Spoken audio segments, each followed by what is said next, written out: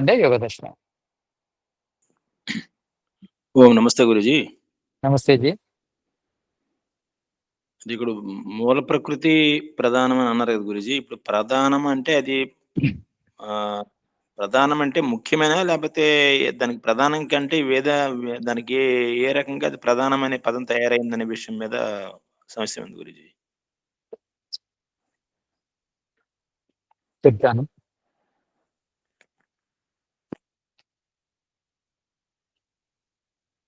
మూల ప్రకృతిని ప్రధానం అని ఎందుకన్నారంటే, ప్రతి దానికి ఆద్య కారణం గనక, అంటే అన్నింటికి కూడా ఏ పదార్థాన్ని మనము విచ్ఛేదనం చేస్తూ లోపలికి వెళ్తే సూక్ష్మ కారణము, మూల కారణము, మూల ప్రకృతి ఉంటుంది. కనుక దాన్ని ప్రధానం అనడం జరిగింది. అలా గురూజీ ఇప్పుడు భోగము, అపవర్గం కోసమే ఈ జగత్తు ఏర్పడిందని జెప్పేసి మనకి తెలుస్తుంది కదా గురూజీ. ఉమ్, ఇప్పుడు ఒక వ్యక్తి హ్మ్. జగత్తులో ఉండి ఇవతల భోగాలు అనుభవిస్తూ అపవర్గం కోసం గూడా తీవ్ర ప్రయత్నం చేస్తున్నటువంటి వ్యక్తి ఉమ్. అంటే జీవన్ముక్తి పొందడానికి ఉండే వ్యక్తి జీవన్ముక్తి పొందడానికి ఎవరైతే ఉన్నారో ఆ వ్యక్తి ఇవతల భోగాలు అనిపిస్తున్నాడు. అవతల అపవర్గానికి సంబంధించిన సాధన చేస్తున్నాడు గురూజీ. ఆ, అయితే ఎక్కువ అపవర్గానికి ఎక్కువ సమయం ఇచ్చి భాగాన్ని తక్కువ ఇస్తున్నారు. కానీ మళ్ళీ తిరిగి ఈ అపవర్గం వైపు వెళ్తుండగా మళ్ళీ భోగాల వైపు రావాలనే కోరిక వచ్చి దాన్ని అనుభవించి మళ్ళీ అపవర్గం వైపు వెళ్ళడం అన్నటువంటిది జరుగుతుందండి. అది వివేకమా? అవివేకమా? అది అలా భోగాలు కూడా అవసరమే అనే భావం ఉంటదంటారా? లేదంటే అది అజ్ఞానం వల్ల, అవివేకం వల్ల మళ్ళీ భోగం వైపు వస్తున్నారా అంటారా? భోగము, అపవర్గము రెండిటి గురించి ఆలోచించాలనే శాస్త్రాలు చెప్తున్నాయి. ఏ గురూజీ. శాస్త్రమైనా భోగాన్ని, అపవర్గాన్ని రెండు సాధించాలనే చెప్పడం జరిగింది. ప్రకాశ క్రియ స్థితిశీలం భూతేంద్రియాత్మకం భోగాపవర్గార్థం దృశ్యం. ఈశ్వరుడు కూడా ఈ దృశ్యాన్ని, కనిపించే జగత్తును భోగము కోసము, అపవర్గం కోసమే నిర్మించాడు. కనుక రెండు కూడా అనుభవించవచ్చు. కానీ భోగాన్ని అనుభవించే దిశ లోపల అపవర్గానికి దూరం కాకూడదు. అపవర్గాన్ని పొందే విధంగా భోగాన్ని అనుభవించడం మంచిది. అలా అంటే ఇక్కడ భోగం అనేదంటే ఇవి పంచతన్మాత్రల తాలూకా విషయాల మీద పూర్వం తాలూకా అనుభవాలు ఉన్నాయి కాబట్టి వాటి రుచి చూద్దామన్నటువంటి భాగంతో ఒకసారి వచ్చి కొంతసేపు అనుభవించి మళ్ళీ ఎక్కువ సమయం మళ్ళీ అపవర్గం వైపు ప్రయత్నం చేయడం అన్నటువంటి దోషం కాదు కదండి గురూజీ. కాదు, కాదు. ఎప్పుడైనా మన అపవర్గానికి నష్టం చేయకుండా భోగాన్ని అనుభవించాలి. అంటే ఆ భోగాన్ని ఉపయోగంలా అనుభవించాలి. అంటే మనం తినకుండా, పడుకోకుండా, ఈ ప్రకృతిని అనుభవించకుండా జీవించలేం కదా. జీవించడం కోసము ప్రకృతిని ఉపయోగించుకుంటే దాన్ని భోగమేమన్నారు, ఉపయోగం అంటారు. ఉపయోగించుకోవాలి. ఆ ఉపయోగంలో కూడా ఆనందాన్ని అనుభవించవచ్చు. ఆనందాన్ని అనుభవించడం కూడా తప్పేం లేదు. ప్రకృతి ఆనందాన్ని అనుభవించకూడదని కాదు. మనం ఎప్పుడైనా ధర్మయుక్తమైన సుఖాలు భోగించవచ్చు, అది తప్పేం లేదు. కానీ మనం కర్మలు చేస్తూ చేస్తూ నిష్కామ స్థితికి వెళ్ళాలి. అంటే కర్మలు కూడా ఎలాంటి ఫలాన్ని ఆశించకుండా చేయగలగాలి. అప్పుడు మోక్షం వైపు వెళ్తాము. బ్యాలెన్స్ గా ఉన్నప్పుడు, సమతా స్థితిలో ఉన్నప్పుడు భోగము మంచిదే, అపవర్గము మంచిదే. రెండు కూడా అను అనుభవించాలనే శాస్త్రం చెప్తుంది. అలా గురూజీ ఇప్పుడు ప్రకృతి, జీవుడు, పరమేశ్వరుడు అనాది పదార్థాలు అంటుంటారు కదా గురూజీ. ఉమ్, ఉమ్. ప్రారంభం లేదు వాటికి అంతము లేదని అనే దాని మీద అసలు ప్రారంభం లేకుండా ఎలాగుంటది? అసలు ప్రారంభం లేని దాన్ని ప్రారంభం కాకుండా అది ఉన్నదని చెప్పడానికి 3 ఉన్నాయని చెప్పడానికి మనకి ఎలా ప్రమాణం ఏంటని? ఏ సత్వరజతమో కణాలు ఉన్నాయనా? ఈశ్వరుడు, జీవుడు, ప్రకృతి అనాది పదార్థాలు అంటారు గురూజీ. అవును. వాటికి ప్రారంభమే లేదన్నప్పుడు ప్రారంభం అయితే అంతమవుతుంది. అంతమైతే మళ్ళీ ప్రారంభం అవుతుంది. కానీ అది తెలిసినప్పటికి కూడా అది దానికి పుట్టుక అనేది ఎప్పుడో ఉంటది కదా అన్నటువంటి ఒక వేరే వాళ్ళు అడిగేటప్పుడు మనం చెప్పడానికి ప్రమాణం మనకి శాస్త్ర ప్రకారంగా ఈ ఈ 3 పుట్టుక అనాది అని చెప్పడం. అనాది అంటేనే పుట్టుక లేనిది. పుట్టుక ఉంటే అనాది కాదు కదా, ఆది అవుతుంది, సాది అవుతుంది. సాది అవును గురుజీ. ఎప్పుడు కూడా నశిస్తుంది. సాది నశించకుండా ఉండదు. అనాది మాత్రమే నశించదు. దేనికైతే ప్రారంభం ఉండదో దానికి అంతం ఉండదు. దేనికైతే ప్రారంభం ఉంటుందో దానికి అంతం ఉంటుంది. కనుక సాది కాదు. ఈ ప్రకృతి కానీ, ఆత్మ కానీ, పరమాత్మ కానీ ఇవి అనాది. కనుక వీటికి నాశనం కూడా లేదు. అంతే. నాశనం లేని దానికి ఉత్పత్తి ఉండదు. ఉత్పత్తి లేని దానికి నాశనం ఉండదు. ఏదైనా ఉత్పత్తి కావట్లేదు అంటే దానికి నాశనం ఉండదని. ఏదైనా నాశనం కావట్లేదంటే అది ఉత్పత్తి కాలేదని అర్థం. అంతే. ఉత్పత్తి అయిన పదార్థం లోపల ఒకటి కంటే ఎక్కువ ఘటకాలు ఉంటాయి. అదొకటి మనకు ప్రమాణం. ఏంటంటే ఎక్కువ పదార్థాలతో కలిసి తయారైతే దాన్ని సాది అంటారు. ఒకటే పదార్థము ఉంటే దాన్ని అనాది అంటారు. కనుక ఆత్మ లోపల ఇంకా 2-3 రకాల పదార్థాలు కలిసి ఆత్మ తయారు కాలేదు. పరమాత్మ కూడా అలా తయారు కాలేదు. అదేవిధంగా ఒక సత్వకణాన్ని తీసుకున్న సత్వకణం లోపల వేరే ఏ కణాలు ఉండవు. తమో కణంలో ఏ కణాలు ఉండవు. రజో కణంలో కూడా ఏ కణాలు ఉండవు. సింగిల్ గానే ఉంటాయి. ఒకటే రకంగా ఉంటాయి. ఒకటిగానే ఉంటాయి. అలా. కనుక అవి అనాది. అవయవాలు లేని దాన్ని అనాది అంటారు. అవయవాలతో కూడిన దాన్ని సాది అంటారు. అలా. సరే గురుజీ. మంచిదండి. ధన్యవాదాలు. నమస్తే. మంచిదండి. నమస్తే గురూజీ. నమస్తే జీ. గురూజీ, ఆనందం అంటే ఏమిటి? ఆనందం యొక్క స్వరూపం ఎలా ఉంటుంది? ఆనందము అంటే శాస్త్రాల ప్రకారము అనుకూల వేదనం సుఖం, ప్రతికూల వేదనం దుఃఖం. అనుకూల వేదనం అంటే మనం ఏదైతే కోరుకుంటామో అది లభిస్తే ఆనందం. ప్రతికూల వేదనం అంటే మనం ఏదైతే అద్దు అనుకుంటామో అది లభిస్తే అది దుఃఖం. అంటే మనకు అనుకూలమైంది సుఖం, మనకు ప్రతికూలమైంది దుఃఖం. ఈ ప్రతికూలత అనుకూలత ఎక్కడ ఉంటుందంటే రెండు కూడా మన అంతఃకరణలోనే ఉంటాయి. అంటే అంతఃకరణము లోపల మనకంటూ కొన్ని కోరికలు ఉంటాయి. ఆ కోరికలు అంటే మనకి ఇష్టాలు ఉంటాయి. ఆ ఇష్టాలకు అనుకూలమైనది లభిస్తే అప్పుడు దాని లోపల సత్వగుణం అధికం అవుతుంది. అంతఃకరణం లోపల అదే ఆనందం. ఇక ఎప్పుడైతే మనం కోరుకున్న దానికి వ్యతిరేకత, మన ఇష్టానికి వ్యతిరేకమైనది లభించిందో అప్పుడు అంతఃకరణం లోపల రజోగుణము తమోగుణం అధికం అవుతాయి. దాన్ని దుఃఖం అంటారు. అలా సుఖ దుఃఖాలు. ఇక ఇవి భౌతికమైనవి. ఆధ్యాత్మికమైన ఆనందం అనేది పరమాత్మ ద్వారా లభిస్తుంది. దానికి ప్రతికూలత అనుకూలత అనేటివి ఏ ఉండవు. దేని కలయిక ద్వారా ఆనందం లభించదు. నేరుగా ఆత్మకు పరమాత్మ ఆనందం లభిస్తుంది. అది వేరు.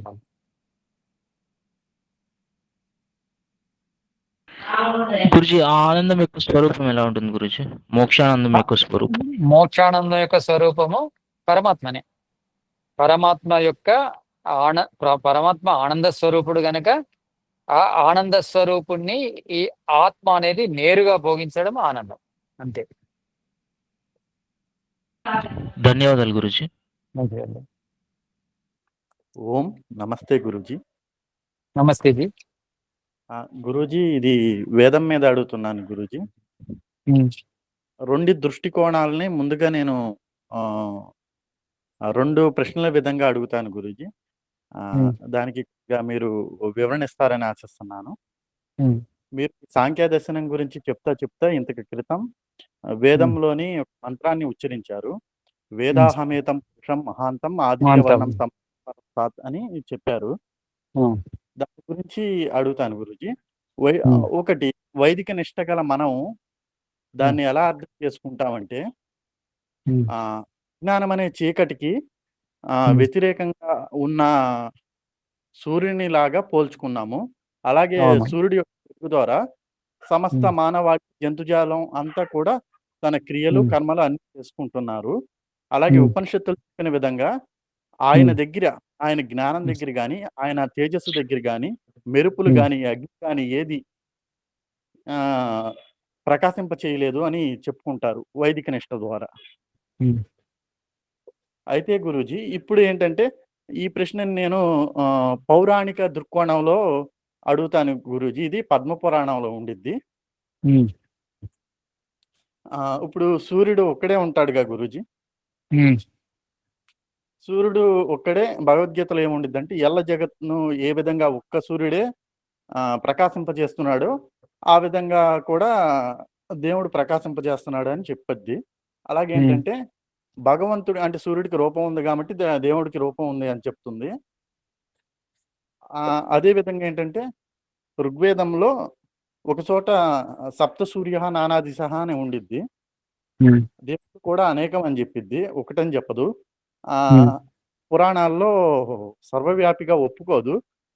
సూర్యుడు ఏ విధంగా ఆకాశంలో ఉండి తన తేజస్సుని భూమి దాకా సమస్త గ్రహాల దాకా ప్రసరింపజేస్తాడో, అలాగే భగవంతుడు గోలోకంలో ఉండి ఆయన శరీర తేజస్సుని ప్రపంచాల అన్నిటికీ వ్యాపింపచేస్తాడు. కానీ దేవుడు భూలోకానికి గాని, సమస్త ప్రపంచానికి గాని భిన్నంగా ఉంటాడనమాట. ఆ విధంగా బోధించారు గురూజీ. ఎందుకంటే ఇది ఉపమానంగా చెప్పారు గదా! వేదంలో. సూర్యుని అని ఉపమానంగా చెప్పబడింది గదా! మంత్రార్థము. అందుకని వైదిక నిష్ట గలవారేమో జ్ఞానపరంగా తీసుకున్నారు. పౌరాణిక నిష్ట గలవారు ఈ విధంగా తీసుకున్నారు. దీన్ని కొద్దిగా వివరించగలరా? వెలుగు అంటే మనకు ఈశ్వరుడు అర్థం కావాలంటే మనకు అర్థమయ్యే విషయాలను ఉదాహరణగా తీసుకొని చెప్పవలసి వస్తుంది. మనకు కూడా ఏదైనా విషయం గురించి చెప్తున్నప్పుడు అది అర్థం కావడం కోసం ఉదాహరణలు తీసుకుంటాము. వేదంలో కూడా ప్రకృతి పదార్థాలను ఉదాహరణలుగా తీసుకొని ఈశ్వరుని గురించి చెప్పడం జరిగింది. కానీ ఆ ఉదాహరణ కాస్త నిజమైపోయింది. అంటే సూర్యుని ఆకారమే ఈశ్వరునికి ఉన్నట్టు, సూర్యునిలాగా వెలుగుతున్నట్టు, అలానే అంటే ఉపమానం అనేది నిజమైపోయింది. అలా ఉండకూడదు. ఇప్పుడు అర్థం కావడం కోసం ఉపమానాలు ఇస్తారు. ఆదిత్యవర్ణం అంటే ఈశ్వరుడు ఆదిత్యవర్ణం అంటే అలా అరుణోదయం లోపల ఏ విధంగానైతే రెడ్ కలర్ వస్తుందో, ఆరెంజ్ కలర్ వస్తుందో ఆ రకంగానే ఈశ్వరుడు ఉంటాడు అని చెప్పడం జరిగింది. ఆదిత్యవర్ణం అంటే అట్లనే అర్థం చేసుకున్నారు, అట్లనే ఉంటాడు, అలానే నమ్ముతారు. కానీ ఇక్కడ ఈ రంగు ఏర్పడడానికి కారణం ఏంటిది? ఈ రంగు ఏర్పడడానికి కారణము అగ్ని పరమాణువులు. అగ్ని పరమాణులు లేకుండా రంగు ఏర్పడదు. ఈశ్వరుని లోపల అగ్ని పరమాణులు ఉండవు. ఈశ్వరుడు చేతన స్వరూపుడు. చేతన స్వరూపుడు లోపల ఏమీ ఉండదు. అంటే అగ్ని పరమాణులు ఎలా ఏర్పడతాయి? అంటే మూల ప్రకృతి మహాతత్వంలో, మహాతత్వం అహంకారంలో, అహంకారం నుంచి తన్మాత్రల నుంచి ఆ రూప తన్మాత్ర నుంచి అగ్ని పరమాణులు ఏర్పడతాయి. అప్పుడు రూపం ఏర్పడుతుంది. కానీ ఈ రూపం ఏంటిది? అంటే ఇన్ని రకాలుగా ప్రకృతి పరిణామం చెందితే వచ్చిన రూపము. కానీ ఈశ్వరునికి ఈ రూపానికి సంబంధమే లేదు. ఈ రూపం మనకు అర్థం అవుతుంది కనుక ఈ రూపంలా ఉంటాడంటే, ఇలా సూర్యునిలాగా మనకు చీకటిని దూరం చేసినట్టే పరమేశ్వరుడు కూడా మన అజ్ఞానాన్ని దూరం చేస్తాడు అతన్ని ఉపాసిస్తే అనేది దాని అర్థం. అలా తీసుకోవాలి. అయితే ఉపమానాలను తర్వాత వాస్తవాలను అన్నిటినీ కలిపేసేశారు. ఏది ఉపమానం తెలియదు, ఏది వాస్తవం తెలియదు. కానీ వాస్తవము ఉపమానం ఎన్నడూ కూడా ఒకటి కాలేవు. ఉపమానం వేరే, వాస్తవం వేరే. వాస్తవాలు అర్థం కావడం కోసం ఉపమానాన్ని సహాయంగా తీసుకుంటాం మనం. ప్రమాణాల లోపల ఉపమానం ఒకటి. ప్రత్యక్షము, అనుమానము, శబ్దము, ఉపమానము అనేది కూడా వస్తుంది 4వ ప్రమాణం. అంటే ఏదైనా మనకు బాగా తొందరగా అర్థం కావాలంటే దాని రకంగా ఉందని చెప్పడం జరుగుతుంది. అలా తీసుకోవాలి అంతే. ఇలా తీసుకోకపోవడము, దీని గురించి విద్వాంసులు, పండితులు, ప్రచారకులు చక్కగా చెప్పకపోవడం వల్ల మనుషుల లోపల రకరకాల భావాలు కలిగి ఈశ్వరుని కూడా ఒక ఆకారం అంటే ప్రకృతి ద్వారా నిర్మించబడ్డ ఆకారాన్ని ప్రతిపాదించడం జరిగింది. కానీ సాంఖ్య దర్శనం వీటన్నిటిని కూడా పటాపంచలు చేస్తుంది. ఎందుకంటే ఆకారం ఎలా ఏర్పడుతుందంటే ఇంత ప్రాసెస్ ఉంటుంది ఆకారం ఏర్పడడానికి. అంటే మన కళ్ళతో చూడాలంటే అగ్ని పరమాణు దాకా నిర్మాణం జరగాలి. జరిగితేనే మనం కళ్ళతో చూస్తాం. అలాంటి పరమాత్మను కళ్ళతో చూస్తామంటే సాధ్యం కాదు. పరమాత్మ లోపల ఈ ప్రకృతి లక్షణాలు లేవు. అతడు చేతనం కనుక చూడరాదు.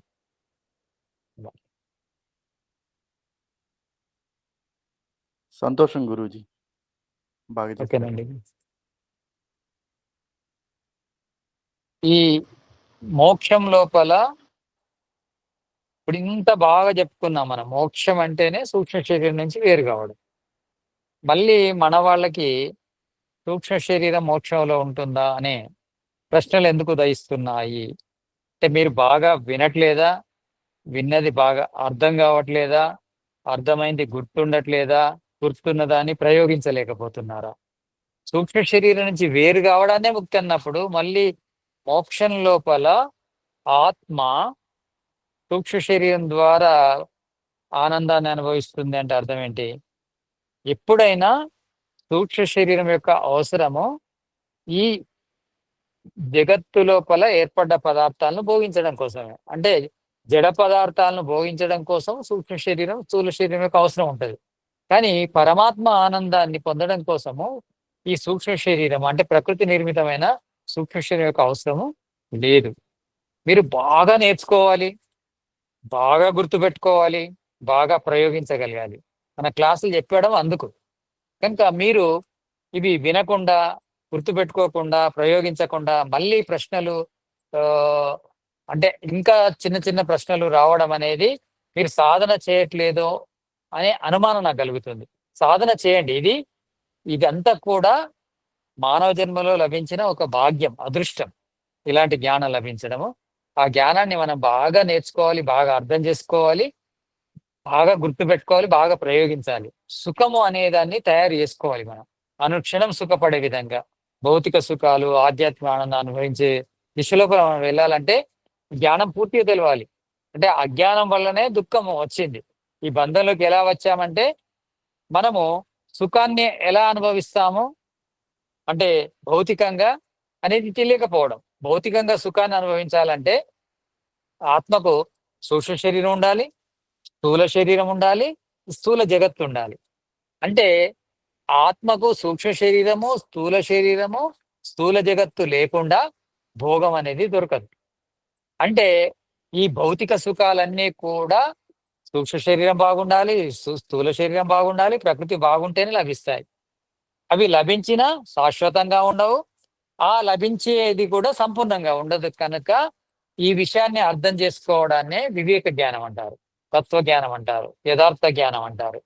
దీన్ని అర్థం చేసుకున్నప్పుడు అంటే నాకు ఈ భౌతిక సుఖాలు అనేటి ఈ స్థూల జగత్తు ఉండాలి, స్థూల శరీరము, సూక్ష్మ శరీరము, ఈ మూడిటి కలయిక ద్వారా వస్తుంది కనుక ఇలాంటి సుఖము నాకు వద్దు. ఇలాంటి కలయికలు లేకుండా ఈ కలయిక లోపల ఎక్కడ పొరపాటు జరిగినా నా సుఖం అనేది భంగం అయిపోతుంది కనుక అలాంటి సుఖం నాకు వద్దు. ఎలాంటి ఆధారాలు లేకుండా లభించే ఆ పరమేశ్వరుని సుఖం కావాలని ప్రయత్నం చేయడం జరుగుతుంది. దాన్ని వివేక జ్ఞానం అంటారు. అలా మనము బాగా అర్థం చేసుకోవాలి. ఈ భౌతిక సుఖాలన్నీ కూడా కలయికల ద్వారా ఏర్పడతాయి. అంటే ఆత్మ సూక్ష్మ శరీరంతో కలవాలి, సూక్ష్మ శరీరం స్థూల శరీరంతో కలవాలి, స్థూల శరీరము స్థూల జగత్తుతో కలిస్తే అప్పుడు భోగం కలుగుతుంది, లేకుంటే కలగదు. భౌతిక సుఖాలన్నీ కూడా ఇంత పరంపరతోనే ఏర్పడతాయి, ఇంత ప్రాసెస్లో ఏర్పడతాయి. కానీ పరమేశ్వరుని తెలుసుకుంటే ఒక పరాంత కాలం వరకు ఎలాంటి ప్రాసెస్ లేకుండా డైరెక్ట్ నేరుగా ఆత్మ పరమాత్మ యొక్క ఆనందాన్ని అనుభవిస్తుంది. అలా. నమస్తే గురూజీ. నమస్తే జీ.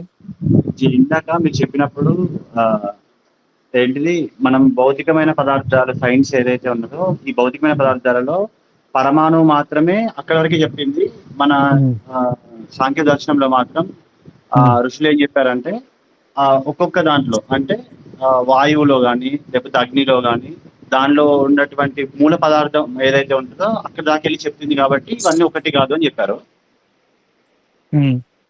అయితే ఇక్కడ ఇప్పుడు మనం భౌతికమైన పదార్థాలలో సైంటిస్ట్ చెప్పిన దాని ప్రకారం ఒక పదార్థం ఇప్పుడు జనంలో అయినా కానీ మూలానికి వెళ్తే ఆటమ్సే కనబడతాయి కదా, అట్లనే అగ్నిలోకి వెళ్ళినా ఆటమ్సే వస్తాయి, ఒక బాంబుల వాటిలో కూడా ఆటమ్స్ వస్తాయి కదా. అంటే అక్కడ సరళంగా చూసుకుంటే అన్నిట్లలో కూడా ఆటమ్స్ సమానంగా ఉంటాయి కదా. అంటే మూడు న్యూట్రాన్, ఎలక్ట్రాన్, ప్రోటాన్ మూడు ఒకటే ఉంటాయి కదా. ఉంటాయి, కానీ దేని పరమాణు దానికే ఉంటుంది. పరమాణు లోపల ఎలక్ట్రాన్ల సంఖ్య, ప్రోటాన్ల సంఖ్య, ఈ పరమాణు సంఖ్యను బట్టి పదార్థం మారుతూ ఉంటుంది. అలా వేరు ఉంటాయి. దాంట్లో వేరు ఉంటుంది. అన్ని సమానంగా ఎందుకు ఉంటాయి? పరమాణులు సమానంగా ఉండవు. పరమాణులు సమానంగా ఉంటే అన్ని ఒకటే పదార్థం కదా. పరమాణులు కాదు, లోపల అణువు ఉంటుంది కదా. లాస్ట్ కి వెళ్తే ఉండేది లాస్ట్ కు వెళ్ళేదాన్నే పరమాణు అంటారు. పరమాణు లోపల ఎలక్ట్రాన్, ప్రోటాన్, న్యూట్రాన్లు ఉంటాయి. ప్రతి పరమాణు లోపల ఎలక్ట్రాన్, ప్రోటాన్, న్యూట్రాన్ల సంఖ్య వేరుగా ఉంటుంది. ప్రతి పదార్థానికి ఒక రకమైన పరమాణు ఉంటుంది, అన్నిటికీ ఒకే రకమైన పరమాణు ఉండదు. అలా రకరకాలుగా ఉంటాయి. అంతేకాకుండా ఈ పరమాణులోని భాగాలు కూడా సత్వరజతమ కణాల నుంచి ఏర్పడ్డాయి. మళ్ళీ అందులో ఉన్న ఎలక్ట్రాన్, ప్రోటాన్, న్యూట్రాన్ కూడా సత్వరజతమ కణాల నుంచి ఏర్పడ్డాయి కనుక జీ. దాన్ని ఆద్య కారణంగా తీసుకోవడం జరిగింది. అంటే అతి సూక్ష్మ పదార్థాన్ని ఆద్య అది కారణం తీసుకుంటారు కానీ స్థూల జీ. పదార్థాన్ని ఆద్య కారణంగా తీసుకోరు కదా. అతి సూక్ష్మమైన పదార్థము అతి మూల కారణం ఏంటిది, ఆద్య పదార్థం ఏంటిది అంటే మూల ప్రకృతి అని చెప్పడం మూల జరిగింది. ప్రకృతి. ఓకే, ధన్యవాదాలు. ఉమ్. నమస్తే గురుజీ. నమస్తే ఇప్పుడు జీ. ఈ సత్వరజస్తమో కణాలు అని చెప్పారు కదా, దానికన్నా సూక్ష్మంగా ఉంటుందా పరమాత్మ? దానికంటే సూక్ష్మం ఆత్మ, ఆత్మ కంటే సూక్ష్మం పరమాత్మ.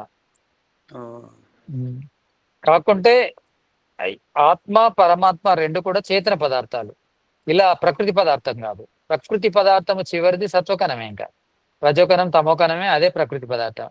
మిగతా అన్ని డిఫరెంట్ మళ్ళీ. అవి దీనికంటే సూక్ష్మమే కానీ ఇలాంటి పదార్థం కావాలి. సరే సరే గురుజీ. ఇంకా గురించి ఇంకో ప్రశ్న, ఇందాక ఆత్మ ఉండడం వల్లనే ఆ జైగోట్ అనేది పిండంగా మారి నిలబడుతుంది, పెరుగుతూ ఉంటది, వృద్ధి చెందుతూ ఉంటది అన్నారు కదా. కానీ ఆత్మ అనేది మనకి 3 నెలలోనో 4 నెలలోనో వస్తుంది అని అన్నారు కదా, అంటే అంతేనా? ఎవరన్నారు ఎవరన్నారు? నేను ఇక్కడ విన్నా 3 నెలలో వస్తుందని. ఎక్కడ విన్నారు? ప్రమాణం చెప్పండి. ఏ వేదం, ఏ ఉపనిషత్తు? వేదం కాదు, నార్మల్ వీటిలలో ఎవరో ఎక్కడ విన్నది 3 నెలలు వస్తుంది అది అని. లాస్ట్ వీకే డిస్కస్ చేసాం కదండి గురుజీ. చాలా సార్లు డిస్కస్ చేసాము. అందుకే చాలా సార్లు చెప్పే విషయాలను కూడా మళ్ళీ మీరు ప్రశ్న రూపకంలో వేరే వాళ్ళని అడుగుతున్నారు. ఆదిత్యవాణి గ్రూప్ లో నేను ప్రశ్న చూస్తుంటే ఇన్నిసార్లు ఈ విషయం చెప్పాను, దీనికంటే ఒక 100 రెట్లు అధికంగా చెప్పాను, మీరు 100 రెట్లు తక్కువగా అడుగుతున్నారు ప్రశ్నలు అక్కడ. నేను అడగలేదు అది అది ఆదిత్య వాళ్ళు. కాదు, అడిగారు. దేవివర ప్రసాద్ గారు సూక్ష్మ శరీరం ఉంటుందా మోక్షంలో అని అడిగారు. వారు అడిగారు, నేను అడగలేదు. అదే వారు అడిగినప్పుడు నాకు అర్థమైంది, ఎందుకంటే మోక్షం వచ్చినప్పుడు ఆటోమేటిక్ గా సూక్ష్మ శరీరం వెళ్ళిపోతే మోక్షం వస్తుంది. నేను చెప్పేది ఏంటంటే సత్సంగ సభ్యుల సమాధానం చెప్పాలి. అంటే మీ సభ్యులకు మీరే సమాధానం చెప్పండి. మీకు తెలుసు కదా ఆ విషయం. సూక్ష్మ శరీరం ఉండదు మోక్షంలో. అవును, ఉండదు. మళ్ళీ కొత్తగా సూక్ష్మ శరీరం. ఇక్కడ ఒక కన్ఫ్యూజన్ ఏంటంటే సంకల్ప శరీరం అంటే అది కూడా ఒక శరీరం కదా, అది కూడా ప్రకృతి నుంచి ఏర్పడ్డదేమో అనుకుంటారు. సంకల్ప శరీరం అనేది ఒక కల్పన. అంటే ఆత్మ ఇట్ సెల్ఫ్ సంకల్ప శరీరం, ఆత్మనే సంకల్ప శరీరం. ఆత్మ లోపల సంకల్ప శక్తి అనేది ఎలా అంటే అలా మారుతుంది, అదొక శరీరం కాదు. ఇలా కన్ఫ్యూజ్ అవుతుంటారు. వారి వీడియోలో కూడా చూస్తాను కదా, వాళ్ళ యూనివర్సిటీ విద్యార్థులు అడుగుతుంటారు కదా, వెంకట చాగంటి గారిని కూడా. చాలా విచిత్రం అనిపిస్తుంది, ఎలా అడుగుతున్నారు, ఏం నేర్చుకుంటున్నారు. అయితే విషయం ఏంటంటే ఈ ప్రకృతి తర్వాత ఆత్మ పరమాత్మల మధ్య కరెక్ట్ క్లారిటీగా క్లియర్ గా మనకు తెలియాలి. ఇదేంటి ఇదేంటి ఇదేంటి ఇది తెలిస్తే మనకి ఇట్లాంటి డౌట్స్ రావు. ఇది ఒక్కసారి తెలవాలంటే మనం అనుకున్నట్టు ఒకటి డిజిటల్ అది చూపిస్తే మనిషి మెదడులో క్లారిటీ వస్తుంది ఒకసారి. అంటే ఇప్పుడు మూడు రకాలు అది చేసినాం అనుకోండి, చాలా క్లారిటీ వస్తుంది. ఒకటి శవన్జీ, మీరు ఎందుకు మళ్ళీ ప్రశ్నలు వేస్తున్నారు అనే దానికంటే వీళ్ళను ప్రశ్నలు వేసే విధంగా నేను అర్థం చేయించలేకపోతున్నాను అనే అపోహ నాకు వస్తుంది. నా మీద నాకు డౌట్ వస్తుంది, నేను బాగా చెప్పట్లేదేమో, అందుకే వీళ్ళు ఎక్కడో వెళ్ళి ఏదో ప్రశ్నలు వేస్తున్నారు, ఎవరిని అడుగుతున్నారు. నేను కొన్ని క్లాసెస్ మిస్ అయ్యారు, అందుకే ఆ క్వశ్చన్ అడిగారు వారు అట్లా. కానీ అది బాగా బేసిక్ క్వశ్చన్. అవును, బేసిక్ క్వశ్చన్. నేను అడిగినప్పుడు, ఎందుకంటే మోక్షంకి వెళ్ళాలంటేనే అన్ని అంతఃకరణమును సూక్ష్మ శరీరం మొత్తం వదిలేస్తేనే అది వెళ్తుంది. తర్వాత ఇంకొకటిసారి ఎప్పుడు వెళ్తుంది అంటే మళ్ళీ ప్రళయంలో కూడా అది అలానే జరుగుతుంది. అయితే ఇవన్నీ ఏంటంటే ఇప్పుడు మనం నేర్చుకునేటి అన్ని బేసిక్స్. ఈ బేసిక్స్ తెలిస్తేనే రేపు శాస్త్రాలను ఈజీగా చదువుకోవచ్చు మనం. ఈ బేసిక్స్ తెలియాలి.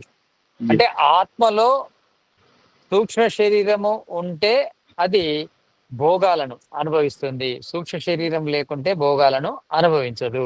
కనుక అక్కడ సూక్ష్మ శరీరం ఉండదు కనుక ఈ భౌతిక భోగాలు ఉండవు. పరమేశ్వరుని ఆనందం కోసము సూక్ష్మ శరీరం అవసరం లేదు. ఒకదానికొకటి సంబంధం ఉంది. ఇది ఉంటే అది ఉండదు, అది ఉంటే అది ఉండదు. భౌతిక సుఖాలకు సూక్ష్మ శరీరం అవసరము, ఆధ్యాత్మిక సుఖానికి సూక్ష్మ శరీరం అవసరం లేదు. ఒకవేళ సూక్ష్మ శరీరం కూడా ఆధ్యాత్మిక సుఖాన్ని పొందడంలో ఉంటే దాన్ని ముక్తి అన్నారు కదా. ముక్తి అంటేనే సూక్ష్మ శరీరం యొక్క విముక్తి. అట్లా కనుక ముక్తికి అర్థం ఏంటిది? సూక్ష్మ శరీరం నుంచి వేరు కావడం. మృత్యుకి అర్థం ఏంటిది? స్థూల శరీరం నుంచి వేరు కావడం. స్థూల శరీరం నుంచి వేరైతే మృత్యు అంటారు, సూక్ష్మ అవును. శరీరం నుంచి వేరైతే ముక్తి ముక్తి అంటారు. అంటారు. అవును. మరి అలా. ఇప్పుడు ఇది అలా ఒకసారి ముక్తి నుంచి చెప్పండి. సూక్ష్మ శరీరము వేరైనప్పుడు మళ్ళీ ముక్తి లోపల సూక్ష్మ శరీరం ఉంటుందా అంటే రామాయణం అంతా విని రాముడికి సీత ఏమవుతుంది అన్నట్టే ఉంటుంది మళ్ళీ. అలా. ఇది చెప్పండి జీ ఒకసారి. ఇప్పుడు నేను అడిగిన ప్రశ్నలో అది మనకి ఆత్మ అనేది అది 3 నెలలోనో అట్లా వస్తే ఒక్కసారి మళ్ళీ రిపీట్ చేయరు అది? ఎందుకంటే మరి 3 నెలలు వస్తే 1 నెల నుంచి 3 నెలల వరకు ఆత్మ లేకుండా అది ఎట్లా వృద్ధి చెందింది అనేది ప్రశ్న. జైగోట్ ఎప్పుడు ఏర్పడుతుందో, సంయుక్త బీజం ఎప్పుడు ఏర్పడుతుందో అప్పుడే ఆత్మ. అప్పుడే ఓకే. ఆత్మ ప్రవేశిస్తేనే కణ విభజన ఓకే. స్టార్ట్ అవుతుంది. కణ విభజన అంటే ఒకటే కణం ఉంటుంది. ఆ కణ విభజన ఓకే. నుంచి బహు ఓకే. కణాలు ఏర్పడి పిండం నుంచి శిశువు ఏర్పడతాయి. కనుక ఏర్పడుతుంది. ఓకే. ఆ కణ విభజన జరగాలంటే, అంటే ఒక కణం 2 కణాలుగా ఏర్పడాలంటే ఆత్మ ప్రవేశిస్తేనే 2 కణాలుగా ఏర్పడుతుంది, లేకపోతే ఏర్పడదు. అలా. ఏర్పడదు. ఓకే. కనుక సంయుక్త బీజము ఎప్పుడైతే ఏర్పడుతుందో అప్పుడే ఆత్మ ప్రవేశిస్తుంది అనేది నిజం. మరి ఆ ఒక సంయుక్త బీజం ఏర్పడడానికి ముందు జరిగే ప్రక్రియ ఏదైతుందో దాన్ని ఎట్లా చెప్పాలి? అప్పుడు ఆత్మ ఉండదు కదా? స్త్రీ బీజము పురుష బీజం తల్లి తండ్రి చేసే పని అది. అదే అక్కడ ఆత్మ ఉండాల్సిన దానికి ఆటోమేటిక్ గా అంటే ఒక గాలి వీచినట్టు నీటి ప్రవాహం జరిగినట్టు శుక్ర కణాలు అండంలో ప్రవేశిస్తుంటాయి. ఏ విధంగానైతే నీళ్ళ లోపల చేపల ఎత్తు అండంలో ప్రవేశిస్తాయి, అదేవిధంగా శుక్ర కణాలు అండంలో ప్రవేశించే ప్రయత్నం చేస్తాయి. ఏ శుక్ర కణం అయితే అండంలో ప్రవేశిస్తుందో అది ఫలదీకరణం చెందుతుంది ఆ అండము. దాన్నే ఫలదీకరణం చెందిన తర్వాత ఏర్పడేదాన్ని జైగోట్ లేదా సంయుక్త బీజం అంటారు. అక్కడ అది అక్కడి వరకు ఆత్మ యొక్క ప్రసక్తి లేకుండానే ఏర్పడుతుంది. కానీ ఆ తర్వాత అభివృద్ధి కావాలి అంటే తప్పకుండా అందులో ఆత్మ ప్రవేశించాలి. ఇది బాగా గుర్తు పెట్టుకోండి, బాగా జ్ఞాపకంలో ఉంచుకోండి, ఎప్పటికీ పనికొచ్చేది. గోపి గారు, గురువు గారు నేను ఇక్కడ కొంచెం చెప్తాను. ఇప్పుడు అదే శూల కణము శుక్ల కణము అవి మామూలి మిగతా అన్ని కణాలు మన బాడీలో ఉంటాయి కదా. సో ఆ కణాలకి ఈ కణాలకి ఏం డిఫరెన్స్ అంటే దీంట్లో ఒకే set genes or DNA chromosomes ఇవి ఒకే సెట్ ఉంటుంది గురుజీ. 23 ఉంటాయి. అవును అవును, 23 జతలు ఉండవు, 23 ఉంటాయి సంయోగ బీజంలో. అవునవును. అవి అదే 2 కలిస్తే అదే XX కలిస్తే ఆడబిడ్డగా, లేదు XY కలిస్తే అది శుక్ల కణం స్పర్మ్స్ మీదే డిపెండ్ అవుతుంది. అవును. సో తర్వాత అయ్యే ఆ జైగోట్ గా అయినప్పుడు అదే అప్పుడే ఆత్మ ప్రవేశం అయ్యేది. ఖచ్చితంగా అది కరెక్ట్ గురుజీ. తర్వాత జరిగే సెల్ డివిజన్ చాలా డిఫరెంట్ గా ఉంటుంది. మామూలుగా మన బాడీలో జరిగేది ఇప్పుడు బయట మనకు అదే క్లోనింగ్ ఇవన్నీ చెప్తారు చూడండి, అంతా మైటాసిస్ అంటాం. అంటే లోపల క్రోమోజోమ్స్ ఏముందో అవే డివైడ్ అయితా పోతుంది. సో ఏ కణము అంటే అదే మీరు చెప్పినట్టు సప్తధాతుల్లో ఏదేది ఇప్పుడు మధ్యగా ఉండేది మధ్యగానే డివైడ్ అవుతుంది, నరంగా ఉండేది నరంగా డివైడ్ అవుతుంది, మేధ అన్ని అట్లా రకాలుగా అదే ప్రొడ్యూస్ అవుతుంది. బట్ ఇక్కడ మియోసిస్ అనేసి జరుగుతుంది. ఇక్కడ మియోసిస్ జరిగే దాని వలన అదే దాంట్లో ప్రోటోఫేస్, అనాఫేస్, టీలోఫేస్ 4 ఫేసెస్ వస్తాయి. సో అలా జరిగే దాని వలన అన్ని రకాల కణాలు మొత్తం మనకు అదే సప్తధాతు రకాల కణాలన్నీ ఏర్పడుతుంది ఆ పిండ. అది అంతే. చక్కగా చెప్పారు. అయితే అలా కణ విభజన జరిగితే మనకు అవయవాలు ఏర్పడుతుంటాయి, శరీరం ఏర్పడుతుంది, అలా మొత్తము శిశువు ఏర్పడుతుంటుంది. ఈ ప్రాసెస్ అంతా జరగాలంటే తప్పకుండా అందులో ఆత్మ ప్రవేశించాలి, ప్రవేశిస్తేనే జరుగుతుంది, లేకుంటే జరగదు. ఇదే నిజము. దీర్ఘ సమితిలో కూడా ఇది వస్తుంది. ఒక విషయాన్ని మనము చెప్పాలన్నప్పుడు దాన్ని అన్ని కోణాల నుంచి స్టడీ చేసి ఉండాలి. ఊరికే ఒక కోణంలో ఏదో చెప్పారు, లేకపోతే ఎక్కడో ఎవరో అన్నారు, దాన్నే మనం ప్రమాణంగా తీసుకుంటాం. మనం ఎంత అంటే అమాయకులం అనుకోవాలా, అజ్ఞానం అనుకోవాలా, కానీ ఎక్కడ ఎవరు చెప్తే దాన్నే నమ్మేస్తాం.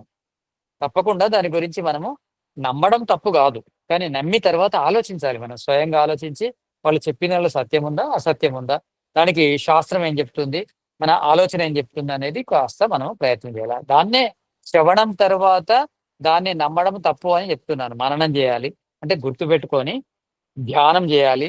ధ్యానం ద్వారా సాక్షాత్కారం చేసుకున్న తర్వాతనే అది సత్యమా అసత్యమా అని నిర్ణయించాలి. అప్పటి వరకు ఊరికే విన్నదన్నీ సత్యాలు కావు, ఇక అన్ని అబద్ధాలు కూడా కావు. సత్యాలు ఉంటాయి, అసత్యాలు ఉంటాయి.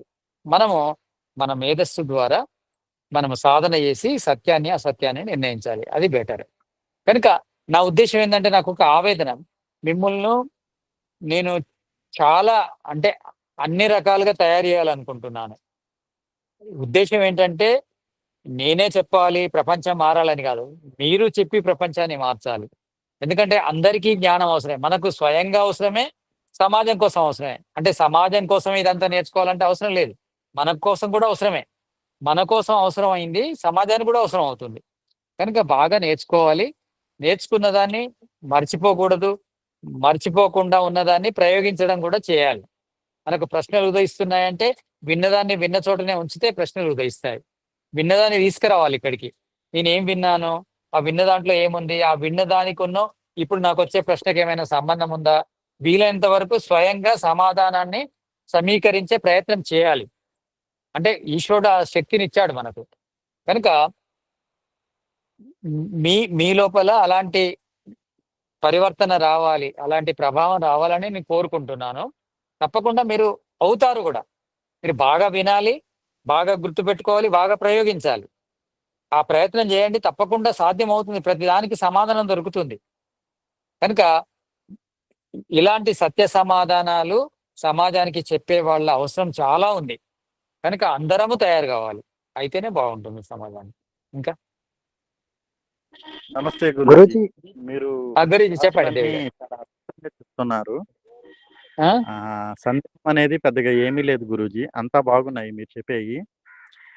మీరు చెప్పే క్లాసులో విషయాలు చాలా స్పష్టంగా ఉన్నాయి, నాకు అర్థమవుతున్నాయి. కానీ ఒకటే గురూజీ, మనకి భారతదేశంలో సుమారు భగవద్గీతకి 300 రకాల భాష్యాలు లభ్యం అవుతున్నాయి. అందులో ఏది వైదికానికి లేదు. ఆర్య సమాజస్తులు కూడా వైదికానికి అనుకూలమైన 362 శ్లోకాలనే ప్రామాణికంగా తీసుకుని గీతను భాష్యం చేశారు. కానీ ఆ శ్లోకాల యొక్క యథార్థమైన అర్థాన్ని కింద విపులంగా అనుశీలన అనేది రాయలేదు. అయితే గురూజీ ఏంటంటే ప్రామాణికమైన శ్లోకాలు లేకపోతే గద్య భాగం ద్వారా నేను దానికి అనుశీలన రాయటం ప్రారంభించాను గురూజీ సుమారు 3 సంవత్సరాల నుండి. ఇలా Okay, good. సూక్ష్మ, స్థూల, కారణ శరీరాల గురించి, ప్రాణ, అపాన వాయువుల గురించి, కర్మ అంటే ఏంటి, ధర్మం అంటే ఏంటి అనేది మొట్టమొదటిగా చదివే వాళ్ళకి ఈ విషయాలు దాదాపుగా తెలవదు. ధర్మం అంటే మీనింగ్ చెప్పాలంటే రోజుల తరబడి చెప్పాలి. కర్మ అన్నా కూడా చెప్పాలి. కానీ వాటి గురించి ప్రామాణికంగా వివరించే ప్రయత్నం చేస్తున్నాను గురూజీ. కాకపోతే ఏంటంటే చేయండి, నాకు ఆ విషయం చేయాలి. తెలిసినా కూడా ప్రామాణికం ఎక్కడుందో శ్లోకాలు తెలవట్ల. ఇప్పుడు శతపథ బ్రాహ్మణం వంటి తెలుగులో లభ్యం కావు. ఎన్నో పుస్తకాలు కొని ఇంట్లో పెట్టుకుని గాని చదువుతున్నాను. ఆ ప్రామాణిక శ్లోకాలు అక్కడ ప్రస్తావన చేస్తున్నాను. కానీ నాకు తెలవంది ఇంకా ఉత్తముల ద్వారా, మీలాంటి ఉత్తముల ద్వారా తెలుసుకుంటున్నాను. అలాగే గురువు గారు ప్రభాకర్ శర్మ గారు ఆ రిఫరెన్స్‌లు ఇస్తున్నారు. నాకు తెలిసినా తెలవకపోయినా కొన్ని అడుగుతున్నాను గురూజీ.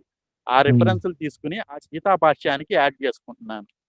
నేను చేసే ప్రయత్నం ఇది అని చెప్దామని చేయాలి. తప్పకుండా మంచి ప్రయత్నం చేస్తున్నారు. మీకు సాహిత్య అభిలాషులు కనుక మీకు సాహిత్యాన్ని సేకరించడము, చదవడం ఇవన్నీ బాగా అభిరుచి ఉంది కనుక చేయండి. ఒకటి ఏంటంటే ఎప్పుడు కూడా శబ్దం మాత్రమే మనకు చివరి వరకు తీసుకెళ్ళదు. అంటే ఎన్ని పుస్తకాలు చదివినా స్వయంగా మనం సాధన చేసి తెలుసుకోవాల్సిన అవసరం ఉంటుంది. కేవలం నా శ్రవణ మాత్ర తత్సిద్ధి అనేది ఇది సూత్రాన్ని ఎప్పుడు గుర్తుపెట్టుకోండి. కేవలం విన్నంత మాత్రాన ఆ విన్నదే మనకు మోక్షం వరకు తీసుకెళ్తుందంటే సాధ్యం కాదు. ఎంత విన్నా, ఎంత చదివినా మనము సాధన చేసే ముందుకు వెళ్ళవలసి ఉంటుంది. ఇవన్నీ సహాయం చేస్తాయి కానీ చివరి వరకు తీసుకెళ్ళవు. కనుక ఈ శాస్త్ర ప్రమాణం అంతా కూడా కొంతవరకు సహకరిస్తుంది. అన్నిటికంటే బలహీనమైన ప్రమాణమే శాస్త్ర ప్రమాణం. అన్నిటికంటే బలమైన ప్రమాణం ఏంటిది? ప్రత్యక్ష ప్రమాణం. అంటే ఈ శాస్త్రాన్ని ప్రత్యక్షం కోసం, శాస్త్రం అనేది గౌణం, ప్రత్యక్షం అనేది ప్రధానం. ఈ శాస్త్రాలు ఎందుకు చదువుతున్నా అంటే చదవడం కోసం కాదు, ప్రత్యక్షం చేసుకోవడం కోసం. ఆ ప్రత్యక్షానికి ఈ శాస్త్రాలు సహకరించినప్పుడు ఈ శాస్త్రాలని వ్యర్థమే. అంటే శాస్త్రంలోని ఏ విషయం మనకు ప్రత్యక్షానికి పనికిరాదో ఆ శాస్త్రంలోని ఆ విషయం వ్యర్థమే. కనుక ఎప్పుడైనా గుర్తుపెట్టుకోవాలి, అధ్యయనం అనేది సాధన చేసి సాక్షాత్కారం చేసుకోవడం కోసమే, కానీ కేవలము చదవడం కోసం కాదు అనేది గుర్తుపెట్టుకొని మనము శాస్త్రాలను ప్రచారం చేయాలి. అలా. ఆ! ఇంకా గురూజీ ఒక చిన్న ప్రశ్న. అడగండి గోపి గారు. గురూజీ ఇప్పుడు బాడీలో లివింగ్ సెల్స్ ఉంటాయి కదా! అవి ఆక్సిజన్ హ్మ్. తీసుకొని ఎనర్జీని అబ్జర్వ్ చేస్తుంటాయి. మరి హ్మ్. వాటిలలో ఆత్మ ఉండదా? మరియు ఈ శుక్రకణంలో కూడా ఆత్మ ఉండదా? చూడండి, శరీరం లోపల అనుషయాత్మలు ఉంటాయి గాని, అనుషయాత్మకు ఎలాంటి అధికారం ఉండదు. మన శరీరం అనేది కూడా ఒక ఆవాసము. ఆవాసం అంటే రకరకాల జీవులు నివసిస్తాయి. అదే విధంగా ప్రతి శరీరంలో కూడా ఎన్నో జీవులు నివసిస్తుంటాయి. ఒక చెట్టు మీద ఎన్నో రకాల ఆ చెట్టుకు సంబంధించిన ఆత్మనే కాకుండా ఎన్నో ఆత్మలుంటాయి. అనుషయాత్మలుంటాయి, జీవాత్మలుంటాయి. అనుషయాత్మలు అంటే శరీరం లభించనివి. కొన్ని స్థూల శరీరం లభించిన సూక్ష్మజీవులు కూడా ఉంటాయి. అవి కూడా ఎన్నో అదే విధంగా మన శరీరంలో కూడా ఎన్నో నివసిస్తుంటాయి. చెట్టు మీద ఎన్నో నివసిస్తుంటాయి. ఆవులో ఎన్నో నివసిస్తుంటాయి. గేదెలో ఎన్నో నివసిస్తుంటాయి. గుర్రంలో ఎన్నో నివసిస్తుంటాయి. ప్రతి చోట కూడా అనుషయాత్మలుంటాయి. నిజంగా స్థూల శరీరంతో కూడా సూక్ష్మజీవులు కూడా ఉంటాయి. అలా ఎన్నో ఉంటాయి. కానీ వాటికి అధికారం ఉండదు. వాటి పని అవి చేసుకుంటాయి. వాటి బ్రతుకు అవి బ్రతుకుతుంటాయి. అలా. అంటే ఇప్పుడు శుక్రకణంలో కూడా ఆత్మ ఉంటుంది గానీ అది జైగోట్‌గా శుక్రకణములో ఫార్మ్ అయ్యేటప్పుడు ఎందుకు? ప్రతి శుక్రకణంలో ఆత్మ ఉండాలని ఏం లేదు అలా. అలా లేదు. శుక్రకణం ఉంటేనే అందులో ఆత్మ ఉంటదని కాదు. ప్రతి శరీర కణంలో ఆత్మ ఉండాలని లేదు. ఆత్మలు ఉంటే ఉండొచ్చు, లేకుంటే లేదు. ఈ శుక్రకణం గాని, ఈ శరీరంలోని కణాలు గాని, ఒరిజినల్ ఈ శరీరానికి ఏది ఆత్మనో దాని ద్వారా పనిచేస్తాయి కానీ, అందులో ఆత్మ ఉంటే పనిచేయవు. అలా ఏ ఆత్మ ఆ కణాన్ని పనిచేస్తుంది అనేది తప్పుడు అభిప్రాయం. అందులో ఆత్మలు నివసిస్తుంటాయి. రకరకాలుగా అనుషయాత్మగా నివసించవచ్చు. ఒక ఆహారాన్ని తీసుకుంటూ మన శరీరంలో కొన్ని రకాల పదార్థాలను సేకరిస్తూ బ్రతికే సూక్ష్మజీవులు కూడా ఉంటాయి.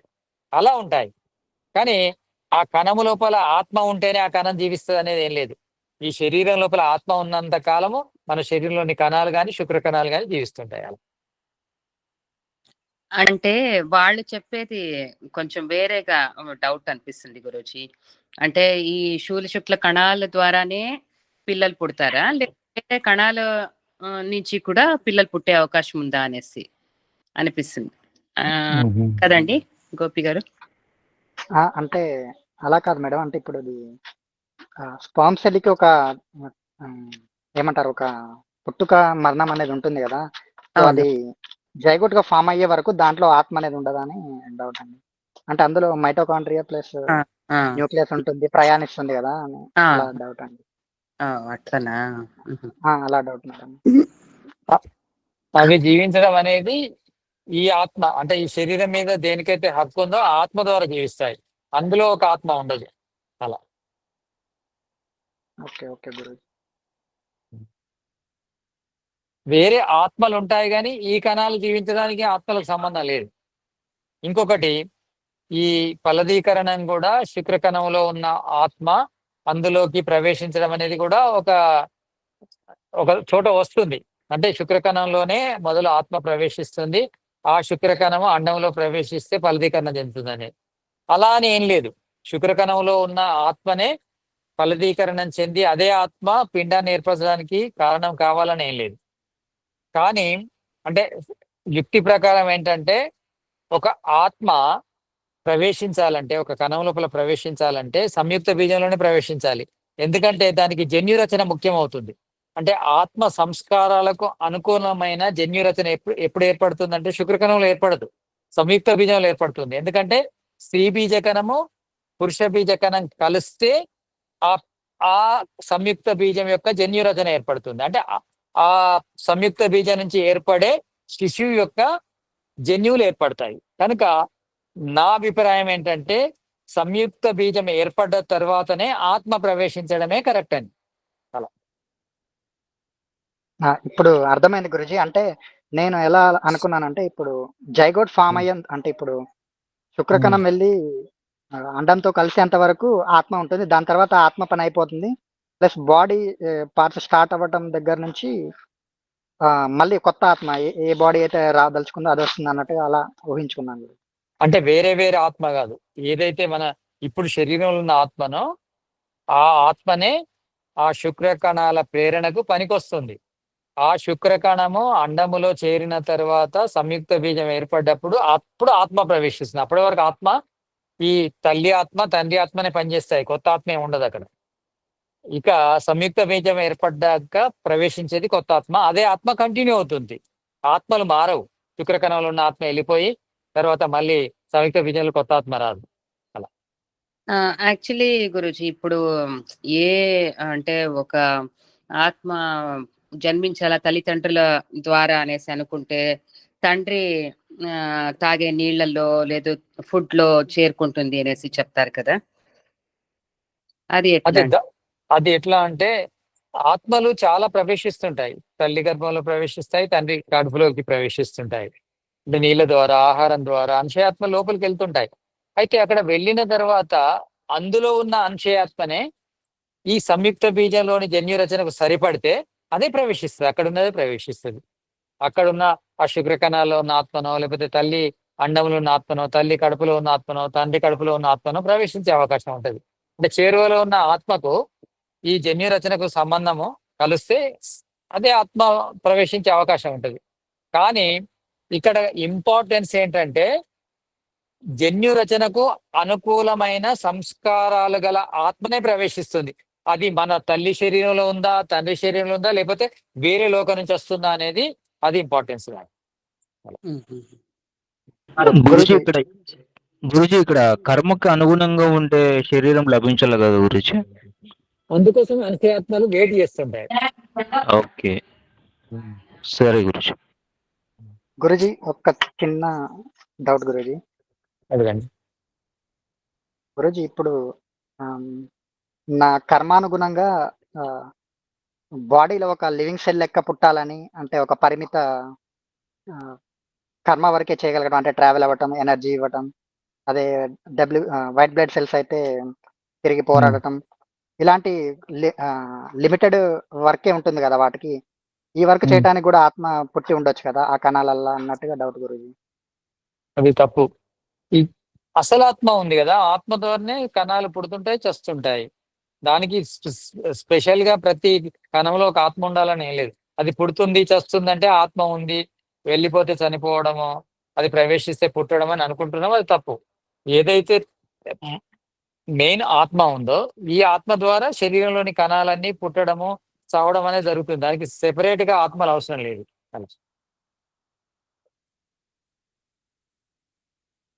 ఓకే గురుజీ, అర్థమైంది.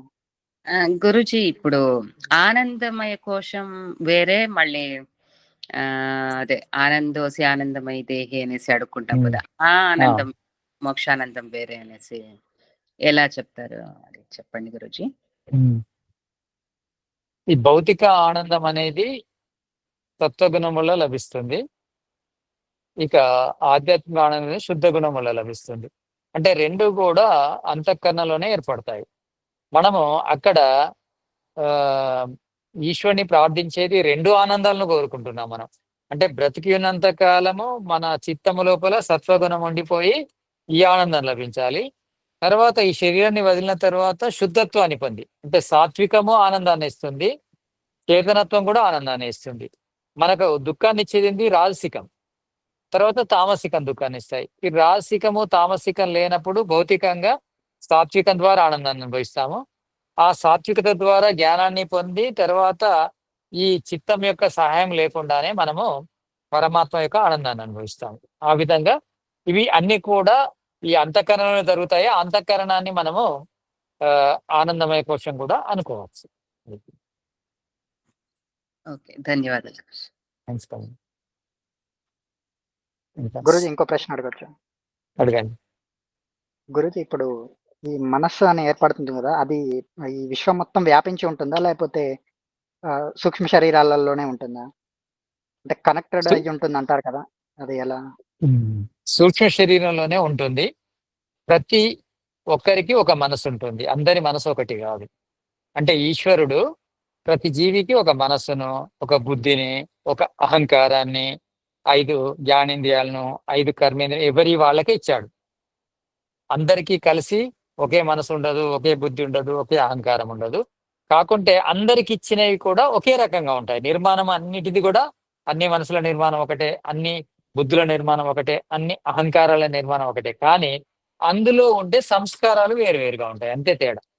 అలా అన్నీ ఒకటే అనే భావం ఏంటంటే ఆ మనసులానే ఈ మనసు ఉంటుందని, కానీ ఆ మనసే ఈ మనసు అని కాదు. కనుక ఎవరి మనసు వాళ్ళకే ఉంటుంది. ఇలా ఒకే రకమైన లక్షణాలు గల మనసుకు కనెక్షన్స్ ఏర్పడవచ్చు. ఒకే ఫీలింగ్స్ వచ్చినప్పుడు ఒకరి మనసుతోనే ఒక మనసుకు సంబంధం ఏర్పడవచ్చు, సేమ్ ఫీలింగ్స్ ఉన్నప్పుడు. అలా కనెక్ట్ అవుతుంటాయి అంతే. అంటే ఇప్పుడు అవి కనెక్ట్ అవ్వటం అంటే ఎట్లా గురూజీ? ఇప్పుడు కనెక్ట్ అంటే మనకు కొంచెం మనలాంటి మనసు ఉన్న వాళ్ళు ఏం ఆలోచిస్తారు, ఏం చేస్తారు, ఏం చేస్తున్నారు అనేది కొంచెం ఊహించవచ్చు మనం. అలా అంటే నా డౌట్ ఎలా అంటే గురూజీ, ఇప్పుడు విశ్వం మొత్తంలో ఒక జల్లెడలాగా ఈ మనస్సు అనేది వ్యాపించి ఉంది. ఈ శరీరం, సూక్ష్మ శరీరం ఉన్న దగ్గర మాత్రం అది మనం కనెక్ట్ అవుతుంది. అలా అనుకుంటున్నాం గురూజీ. అంటే అలా కాదు. కాదు కదా? అలా కాదు. అంటే ఇందాక మనం చెప్పినప్పుడు ఆత్మ కూడా ఆకాశం వల్ల వ్యాపకం అని చెప్పారు. కొంతమంది మనసు వ్యాపకం అని చెప్తారు. అంటే ఆకాశంలా వ్యాపించి ఉంది, అంతటా ఉన్న మనసును ఎవరిది వాళ్ళు వాడుకుంటున్నారు. ఉపాధి వేదాత్ అనే వాళ్ళు చెప్పినట్టు ఇంతకుముందు ఆత్మ ఒకటే కానీ ఉపాధి వల్ల, శరీరాల వల్ల వేరు వేరుగా అనిపిస్తుంది. మనసు గురించి కూడా అలానే చెప్తారు. మనసు అంతా ఒకటే కానీ శరీరాలు వేరు కావడం వల్ల వేరు వేరు అనిపిస్తుందని. అలా కాదు, ఎవరి మనసు వాళ్ళది. అంటే విడివిడిగానే ఉంటుంది కదా, కనెక్షన్ ఉంటుంది విడివిడిగా వాటికి. కనెక్షన్ ఉండదు. అంటే ఇప్పుడు మొత్తం ఆత్మ ఉంటే ఇప్పుడు ఈ ఆకాశానికి మొత్తం ఆత్మే ఉండాలి. ఆ, అంటే ఆత్మలు మెటీరియల్ వేరే, అంటే ఆత్మలు వేరే, మనసులు వేరే. ఎవరి వాళ్ళకే ఉంటాయి. ఎవరి ఆత్మ వాళ్ళదే, ఎవరి మనసు వాళ్ళదే. దేనికి ఇంకో దానికి సంబంధం ఉండదు. అయితే గురూజీ అన్ని ఇంటర్ కనెక్టెడే కదా? ఇంటర్ మొత్తం కనెక్టెడ్ అంటే సేమ్ ఒకటే పీస్, ఒకటే మెటీరియల్ కనుక అలా ఇంటర్ కనెక్షన్ ఉంటుంది, కానీ ఈశ్వరుని ద్వారా ఉంటుంది, మనకు కనెక్షన్ ఉండదు. ఆహా. ఈశ్వరుని ద్వారా ప్రతి మనసుకు ప్రతి ఆత్మకు కనెక్షన్ ఉంటుంది. కనెక్షన్ ఉంటుంది. మీడియం ఈశ్వరుడు అవుతాడు. అలా. ఎస్. ఓకే గురుజీ, ఇప్పుడు అర్థమైంది. మంచిదండి. గురుజీ, ఇంకొక చిన్న ప్రశ్న. అదే. ఇప్పుడు భౌతిక సృష్టినేమో జ్ఞానేంద్రియాల ద్వారా తీసుకొని భోగిస్తాం. అబ్జర్వ్ చేసి ఆత్మకు తెలుపుతుంది. అవును. కానీ మరి ఇప్పుడు మనస్సు కంటే ముందున్నవి అహంకారము, మహత్తత్వము, మూల ప్రకృతి, వీటిని ఎలా గ్రహిస్తుంది గురుజీ అది మనస్సు? మనస్సు అక్కడ మనస్సు అంటే మనస్సు అంతఃకరణం. మనస్సుకు అక్కడ మనసు అని చెప్తాం కానీ అంతఃకరణం ప్రాతినిధ్యం వస్తుంది. అంతఃకరణం లోపల మహతత్వం ఉంటుంది, అహంకారం ఉంటుంది, మనస్సు ఉంటుంది. ఇవి కలిసే తెలుసుకుంటాయి. ఇవి కలిసి ఇవి మూడు ఉన్నాయి కదా ఆల్రెడీ అక్కడ. ఇంకా లేనిది ఏంటిది? మూల ప్రకృతి. మూల ప్రకృతిని అనుమానం ద్వారా తెలుసుకుంటుంది. అంటే బుద్ధి మొదటి పదార్థం కదా. మూల ప్రకృతిని ఏర్పడ్డ మొదటి కార్యం ఏంటిది? మహాతత్వం లేదా బుద్ధితత్వం. ఆ బుద్ధితత్వం ద్వారా దాని యొక్క కారణమైన మూల ప్రకృతిని అనుమానించి తెలుసుకుంటుంది. ఎప్పుడైతే ఈ బుద్ధితత్వము అనుమానించి మూల ప్రకృతిని తెలుసుకుంటుందో అప్పుడు మనకు ప్రకృతికి సంబంధించిన పూర్తి జ్ఞానం లభిస్తుంది. ఈ పూర్తి జ్ఞానం ఎప్పుడైతే లభిస్తుందో అప్పుడు ఆత్మదర్శనం కలుగుతుంది. అలా కనెక్షన్ అన్నట్టు, డైరెక్ట్ కాదు ఇది. ఒకటి జరిగితే ఒకటి జరుగుతుంది. అలా అంటే గురుజీ, ఇప్పుడు ఈ మనస్సు అనేది కేవలం భౌతిక సృష్టినే గ్రహించగలుగుతుందా? అంటే భౌతిక సృష్టిని గ్రహిస్తుంది, తత్వాలను కూడా గ్రహించగలదు. తత్వాలను ఎలా గ్రహిస్తుంది అన్నదానికి నేను చెప్పాను. అంతఃకరణంలో ఉండి అన్ని మూడు కలిసి తత్వాలను కూడా గ్రహిస్తాయి, అన్ని తత్వాలను. అక్కడ ఏది గ్రహించి ఆత్మకు చూపిస్తుంది గురుజీ? ఇప్పుడు సూక్ష్మ శరీరంలో సూక్ష్మ శరీరం లోపల మూడు అంతఃకరణము అనేది, అంతఃకరణలో ప్రతిదీ కూడా డైరెక్ట్ కనెక్ట్ అయి ఉంటాయి ఆత్మకు. ఒకదాని ద్వారా ఒకటి కదా, అన్ని మూడు కనెక్ట్ అయి ఉంటాయి. మూడిటి ద్వారా తెలుస్తుంది. అంటే అవి మనస్సులో డైరెక్ట్ గా చూపిస్తాయి అన్నమాట సూక్ష్మ శరీరం. ఒక రకంగా చెప్పాలంటే బుద్ధి తత్వమే కనిపిస్తుంది. బుద్ధి అనేది చూపెడుతుంటది. బుద్ధి అనేది ఆత్మకు చూపెడుతుంటది. ఎందుకంటే అదే దగ్గర పదార్థం కదా, అదే చూపెడుతుంటది. గురుజీ, ఇప్పుడు ఈ అంతఃకరణం అనే దానికి ఏమన్నా బౌండరీ ఉంటుందంటే ఇవన్నీ కలిసి 18 తత్వాలు కలిపి ఒకే దగ్గర ఉండటానికి ఒకటే దగ్గర శరీరం లాంటి శరీరం అంటే ఒక గోళంలా ఉంటుంది. ఒక గోళంలా ఉంటుంది. ఆ గోళంలోనే ఉంటాయి. కానీ ఆ గోళం వచ్చి మన మస్తిష్కంలో చేరినప్పుడే ఇవన్నీ కనెక్ట్ అయ్యి ప్రాణం పుడుతుంది. అలా. ఓకే గురుజీ. గురూజీ ఇప్పుడు సూక్ష్మ శరీరం కంటే ముందు కారణ శరీరం అన్నారు కదా, మూల ప్రకృతి ప్లస్ ఆత్మని, అది ఎలా? ఎందుకంటే తత్వాలు 25 కదా, 25 తత్వాలను 3 శరీరాలుగా విభజిస్తే ఈ పంచభూతాలు అనేది స్థూల శరీరం. తర్వాత ఆ 3 ముందు అంటే మూల ప్రకృతి కానీ ఆత్మ కానీ పరమాత్మను మనము కారణ శరీరంలో భావించవచ్చు. అంటే టోటల్గా ఈ ప్రపంచాన్ని విభజిస్తే 26 తత్వాలు. 26 తత్వాలను తీసుకున్నప్పుడు కారణ శరీరం లోపల ఏమేమి ఉంటాయంటే పరమాత్మ ఉంటాడు, ఆత్మ ఉంటుంది, మూల ప్రకృతి ఉంటుంది. ఒకవేళ 25 తత్వాలను తీసుకుంటే కారణ శరీరంలో ఏముంటాయి అంటే ఆత్మ ఉంటుంది, మూల ప్రకృతి ఉంటుంది. లేదా 24 తత్వాలను తీసుకున్నప్పుడు కారణ శరీరం ఏదంటే మూల ప్రకృతి ఒకటే కారణ శరీరం అవుతుంది. అలా సందర్భాన్ని బట్టి ప్రకరణాన్ని బట్టి మారుతూ ఉంటుంది. ఇక టోటల్ గా మనము అర్థం చేసుకోవాలి, మనకు బాగా గుర్తుండాలంటే కారణ శరీరం లోపల ఆత్మ మూల ప్రకృతి 2 ఉంటాయి. ఇక స్థూల శరీరం లోపల ఈ పంచభూతాలతో కూడిన స్థూల శరీరం ఉంటుంది. ఈ 5 తీసేసి అవి 2 తీసేస్తే 18 తత్వాలతో కూడిన దాన్ని సూక్ష్మ శరీరం అంటారు. 18 తత్వాలు ఏంటంటే మహాతత్వము, అహంకారము, మనస్సు, తర్వాత 5 జ్ఞానేంద్రియాలు, 5 కర్మేంద్రియాలు, 5 తన్మాత్రలు. గురుజీ ఇంకొక చిన్న ప్రశ్న. ఇప్పుడు ప్రళయంలో ఈ సూక్ష్మ శరీరం కూడా విడిపోతుంది కదా, అప్పుడు ఆత్మ సపరేట్ గా ఉంటుందా లేకపోతే సత్వకణంలో మునిగి ఉంటుందా? సత్వకణంలో ఉంటుంది. అంటే శాస్త్రం లోపల క్లారిటీగా ఇవ్వలేదు, కానీ ఎప్పుడు కూడా ఆత్మ ఏ కణంతో సంబంధం లేకుండా ఉంటే మోక్షానికి వెళ్ళినట్టే కదా. అంటే సత్వకణం లోపల బంధించబడి ఉంటుంది, దాని సంస్కారాలు కూడా ఉంటాయి. దాని సంస్కారాలు ఎక్కడ ఉండాలి? సత్వకణంలోనే ఉంటాయి. అంటే ఆ సత్వకణం నుంచి కూడా విడిపోదు. సత్వకణం నుంచి విడిపోవడమే మోక్షమే వాస్తవానికి చెప్పాలంటే.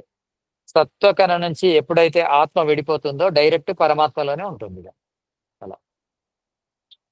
కనుక ప్రళయం లోపల ఆత్మ ఎక్కడ ఉంటుంది అంటే సత్వకణంలో ఉంటుందని చెప్పడమే సరి అయిన సమాధానం అని నాకు వచ్చింది. యాక్చువల్లీ అప్పుడు మూర్ఛ స్థితిలో ఉంటుంది అనేసి కదండి గురుజీ చెప్పింది. మోక్ష స్థితిలో ఉంటుంది, కానీ సత్వకణానికి ఎలాంటి వ్యక్తత అనేది ఉండదు కదా, అవ్యక్త స్థితిలో ఉంటుంది కదా సత్వకణం. సత్వకణానికి రజోకణం తమోకణం కలిసినప్పుడే అది వ్యక్తం అవుతుంది, అప్పటి వరకు కాదు, దూరంగా ఉంటాయి కదా. అప్పుడు తమోకణంలో ఉంటుంది అనేసి అనుకున్నా. మూర్ఛ స్థితి తమోకణం అనేది స్థూలమైంది.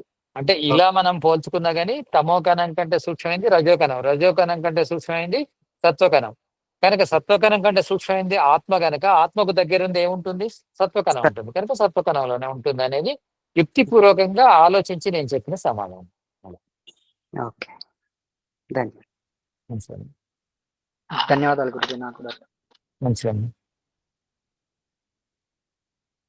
ఇంకెవరికి ప్రశ్నలు ఉన్నాయండి? గురుజీ ఒక సందేహం ఉంది గురుజీ, అంటే ముందు నుంచే ఉంది ఇది సాంఖ్యయోగం గురించి. ఈ అవివేకం అనేది ఆత్మకి ఎక్కడి నుంచి వస్తుంది గురుజీ? అంటే ఆత్మ లోపల ఉంటుందా లేదా బయట ఉంటుందా, లేదా అది ప్రకృతికి సంబంధించిందా, ప్రకృతి ద్వారా ఆత్మ బంధంలో చిక్కుకుందా అనేది ప్రశ్న గురుజీ. ఆత్మకు అవివేకానికి సంబంధం ఎలా ఏర్పడుతుందంటే, మొదలు అంటే టోటల్ గా మనం ఆలోచిస్తే ముక్తి నుంచి మొదలు సాధారణ మానవ జన్మ లభిస్తుంది. సాధారణ మానవ జన్మ అనేది అది కర్మయోని, అంటే ఏదో ఒక భోగాన్ని అనుభవించడానికి రాలేదు, కర్మలు చేయడానికి వచ్చింది. అంటే ఎలాంటి కర్మాశయం లేదు దానికి, ఎందుకంటే ముక్తి నుంచి వచ్చింది కనుక. అక్కడ మొదలు ఈ అవిద్య అనేది ఏర్పడుతుంది. ఎక్కడ ఏర్పడుతుంది? దాని యొక్క అంతఃకరణలోనే ఏర్పడుతుంది. ఎలా ఏర్పడుతుంది అనే దానికి ఒక సూత్రం ఉంది.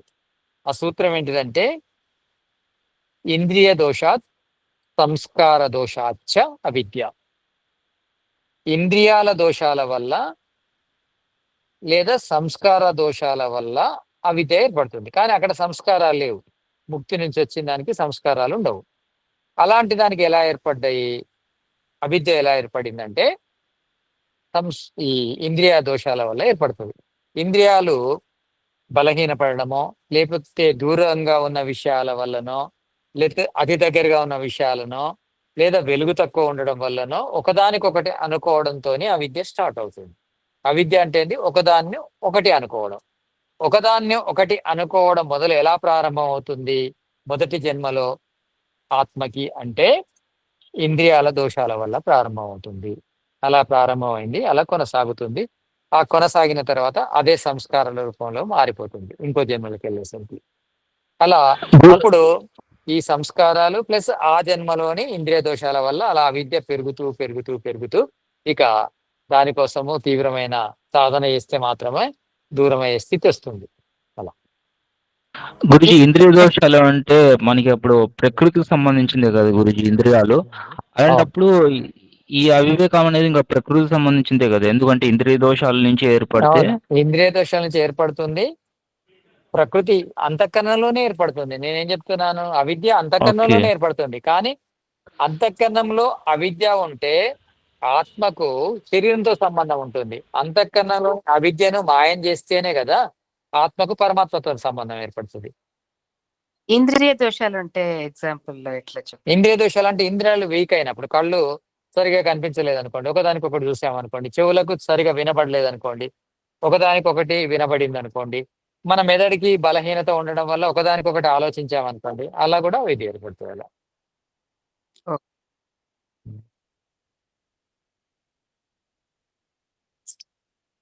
ఆ తర్వాత తుష్టులు అంటే 9 రకాల తుష్టులు ఏర్పడతాయి. ఆ తుష్టుల వల్ల కూడా అవిద్య ఎక్కువ అవుతుంటది. ఆ తర్వాత సంస్కారాలు ఏర్పడతాయి. సంస్కారాల వల్ల కూడా అవిద్య ఎక్కువ అవుతుంటది. అలా కూడా అవిద్యకు అనేక కారణాలు ఉన్నాయి. మరి ఈ అవిద్యకు ఆత్మకు ఎప్పుడు సంబంధం ఏర్పడిందంటే ఇది అనాది ప్రవాహ అనాది. అంటే ముక్తిలో లేకముందు ఆత్మతోనే అవిద్య ఉంది, ముక్తిలో ఉండదు, మళ్ళీ ముక్తి తర్వాత బయటకు వచ్చినాక మళ్ళీ అవిద్యతో సంబంధం ఏర్పడుతుంది. దీన్నే అనాది ప్రవాహం అంటారు, ప్రవాహంతో కూడిన అనాది అంటారు. అలా గురుజీ అంటే మీరు చెప్తున్న ప్రకారంగా అయితే ఈ అవివేకం అనేది లేదా అవిద్య అనేది ప్రకృతికి సంబంధించింది. సో మన అంతఃకరణంలో ఏర్పడిన దాన్ని ఆత్మ తనకు తానుగా అవివేకంలో చిక్కుకున్నట్టుగా భావించి భ్రాంతి చెంది ఊహించుకొని అదే బంధంలో చిక్కుకుంటుంది. ప్రకృతి ఊహించుకొని యొక్క కాదు, నిజమే. ఇప్పుడు అవునవును, ఈ స్పెక్ట్స్ ఉన్నాయి, ఈ స్పెక్ట్స్ మీద అంత దుమ్ము పడింది అనుకోండి, నాకు బయటి దృశ్యాలు కనిపించవు. కనిపించకపోవడం అపోహన నిజమా? అపోహ కాదు కదా, నిజమే. అయితే దాన్ని ఏం చేయాలి? ఈ ఈ నా కళ్ళకు కాదు, దుమ్ము పట్టింది నా కళ్ళ కాదు, నా కళ్ళ జోడికి స్పెక్ట్స్ కి పట్టింది. స్పెక్ట్స్ కే పట్టింది కానీ నా కళ్ళు కనిపించవు కదా. అప్పుడు ఈ స్పెక్ట్స్ కున్న ఆ ధూళిని తీసేస్తే, ఆ దుమ్మును తీసేస్తే నా కళ్ళు చక్కగా కనిపిస్తాయి. అంటే అవిద్య దేనికి ఉంది? ఈ అంతఃకరణం అనే కళ్ళజోడుకుంది. ఆ అంతఃకరణంకున్న కళ్ళజోడుకున్న ఆ అవిద్యను మనమే తొలగించాలి. తొలగిస్తే మన కళ్ళు కరెక్ట్ కనిపిస్తాయి. అంటే ఈ అంతఃకరణం లోపల అవిద్య ఉన్నంత కాలం మనకు ఒకదానికొకటే కనిపిస్తాయి. అట్లా ఆ మలినాలను తీసేయాలి. మన పని ఏంటంటే అంతఃకరణంలో ఉన్న మలినాలను తొలగించడమే. ఎందుకు తొలగించడం అంటే మనకు ఉన్నది ఉన్నట్టు తెలియడం కోసం. అలా గురుజీ సందేహం తీరింది గురుజీ. ఇంకో క్వశ్చన్ ఉంది. మాయ అంటే ఏమిటి గురుజీ? మాయ యొక్క యథార్థమైన అర్థం ఏమొస్తుంది? వైదిక అర్థం. వైదిక అర్థం మాయ అంటే రెండు అర్థాలు తీసుకోవచ్చు. అనిత్యాన్ని కూడా మాయ అనవచ్చు, అవిద్యను కూడా మాయ అనవచ్చు. అనిత్యము అంటే ఇప్పుడు ఉండి నశించేదాన్ని మాయ అనవచ్చు. ఈ జగత్తును మాయ అనవచ్చు ఒక కోణంలో, ఎందుకంటే ఈ జగత్తు ఎప్పటికి ఉండదు కదా, మళ్ళీ ప్రళయం వస్తుంది, అలా అనవచ్చు. ఇక ఇంకొకటి ఏంటంటే ఒకదానికొకటి అనుకోవడం కూడా మాయ అనుకోవచ్చు. అలా రెండు అర్థాలు కూడా వస్తాయి మాయకి. అయితే ఇక్కడ బ్రహ్మసత్యం జగన్మిథ్యలో కూడా కొంత వాస్తవం ఉంది. ఎలా అంటే దాన్ని ఈ విధంగా అర్థం తీసుకుంటే బ్రహ్మ సుఖం పరాంతకాలం ఉంటుంది, కానీ ఈ జగత్తు యొక్క సుఖము తాత్కాలికం కదా. కనుక మిథ్య అంటే మాయ, మాయ అంటే అల్పము, అనిత్యము అని కూడా అర్థం తీసుకోవచ్చు. ధన్యవాదాలు గురుజీ.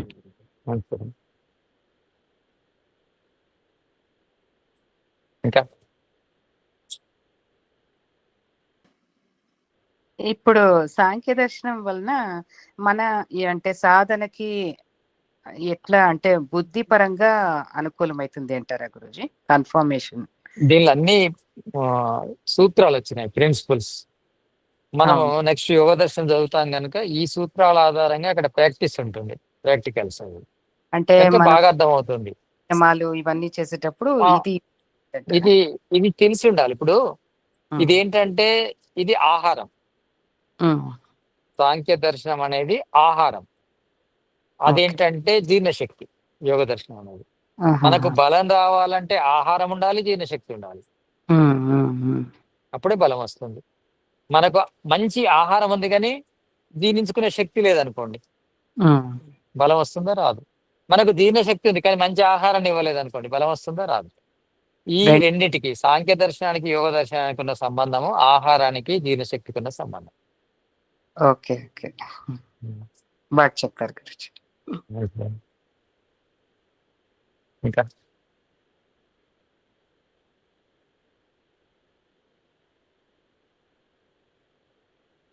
ఇంకేమైనా ప్రశ్నలు ఉన్నాయండి?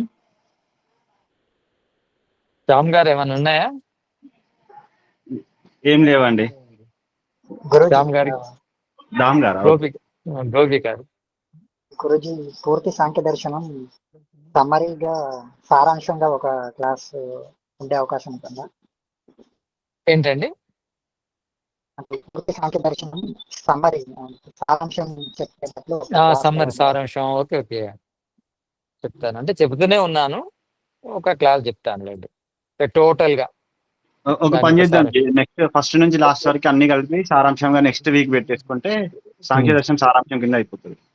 ఓకే, అలానే ఇద్దాం. నెక్స్ట్ వీక్ అంతా సారాంశము, ఆ నెక్స్ట్ వీక్ తర్వాత సారాంశము, సందేహాలు నేను అడగడం కూడా చేస్తా. అట్లా చేయండి గురించి. మాకు మేం చెప్తాం, మాకేం అర్థమైందో అదే అది. నేను మొదలు సారాంశం చెప్తాను, తర్వాత మీరు నన్ను ప్రశ్నలు అడగండి, ఆ తర్వాత మిమ్మల్ని నేను అడుగుతాను. 3 పార్ట్స్ ఉంటాయి, 3 పార్ట్స్. ఫస్ట్ నేను సారాంశం చెప్తాను, తర్వాత మీరు ప్రశ్నలు అడగండి, ఆ తర్వాత నేను అడుగుతాను. 3 పార్ట్స్ చేద్దాం అలా. దాంతో క్లోజ్ అయిపోతాయి సారా. వీలైతే ఆ రోజే యోగ దర్శనం యొక్క ఇంట్రొడక్షన్ కూడా ఇస్తాను. అలా టైం బట్టి ఎలా అయితే అలా చేద్దాం. శ్యామ్ గారు. అదే గురూజీ, అదే సిగ్నల్ లేక కట్ అయింది గురూజీ.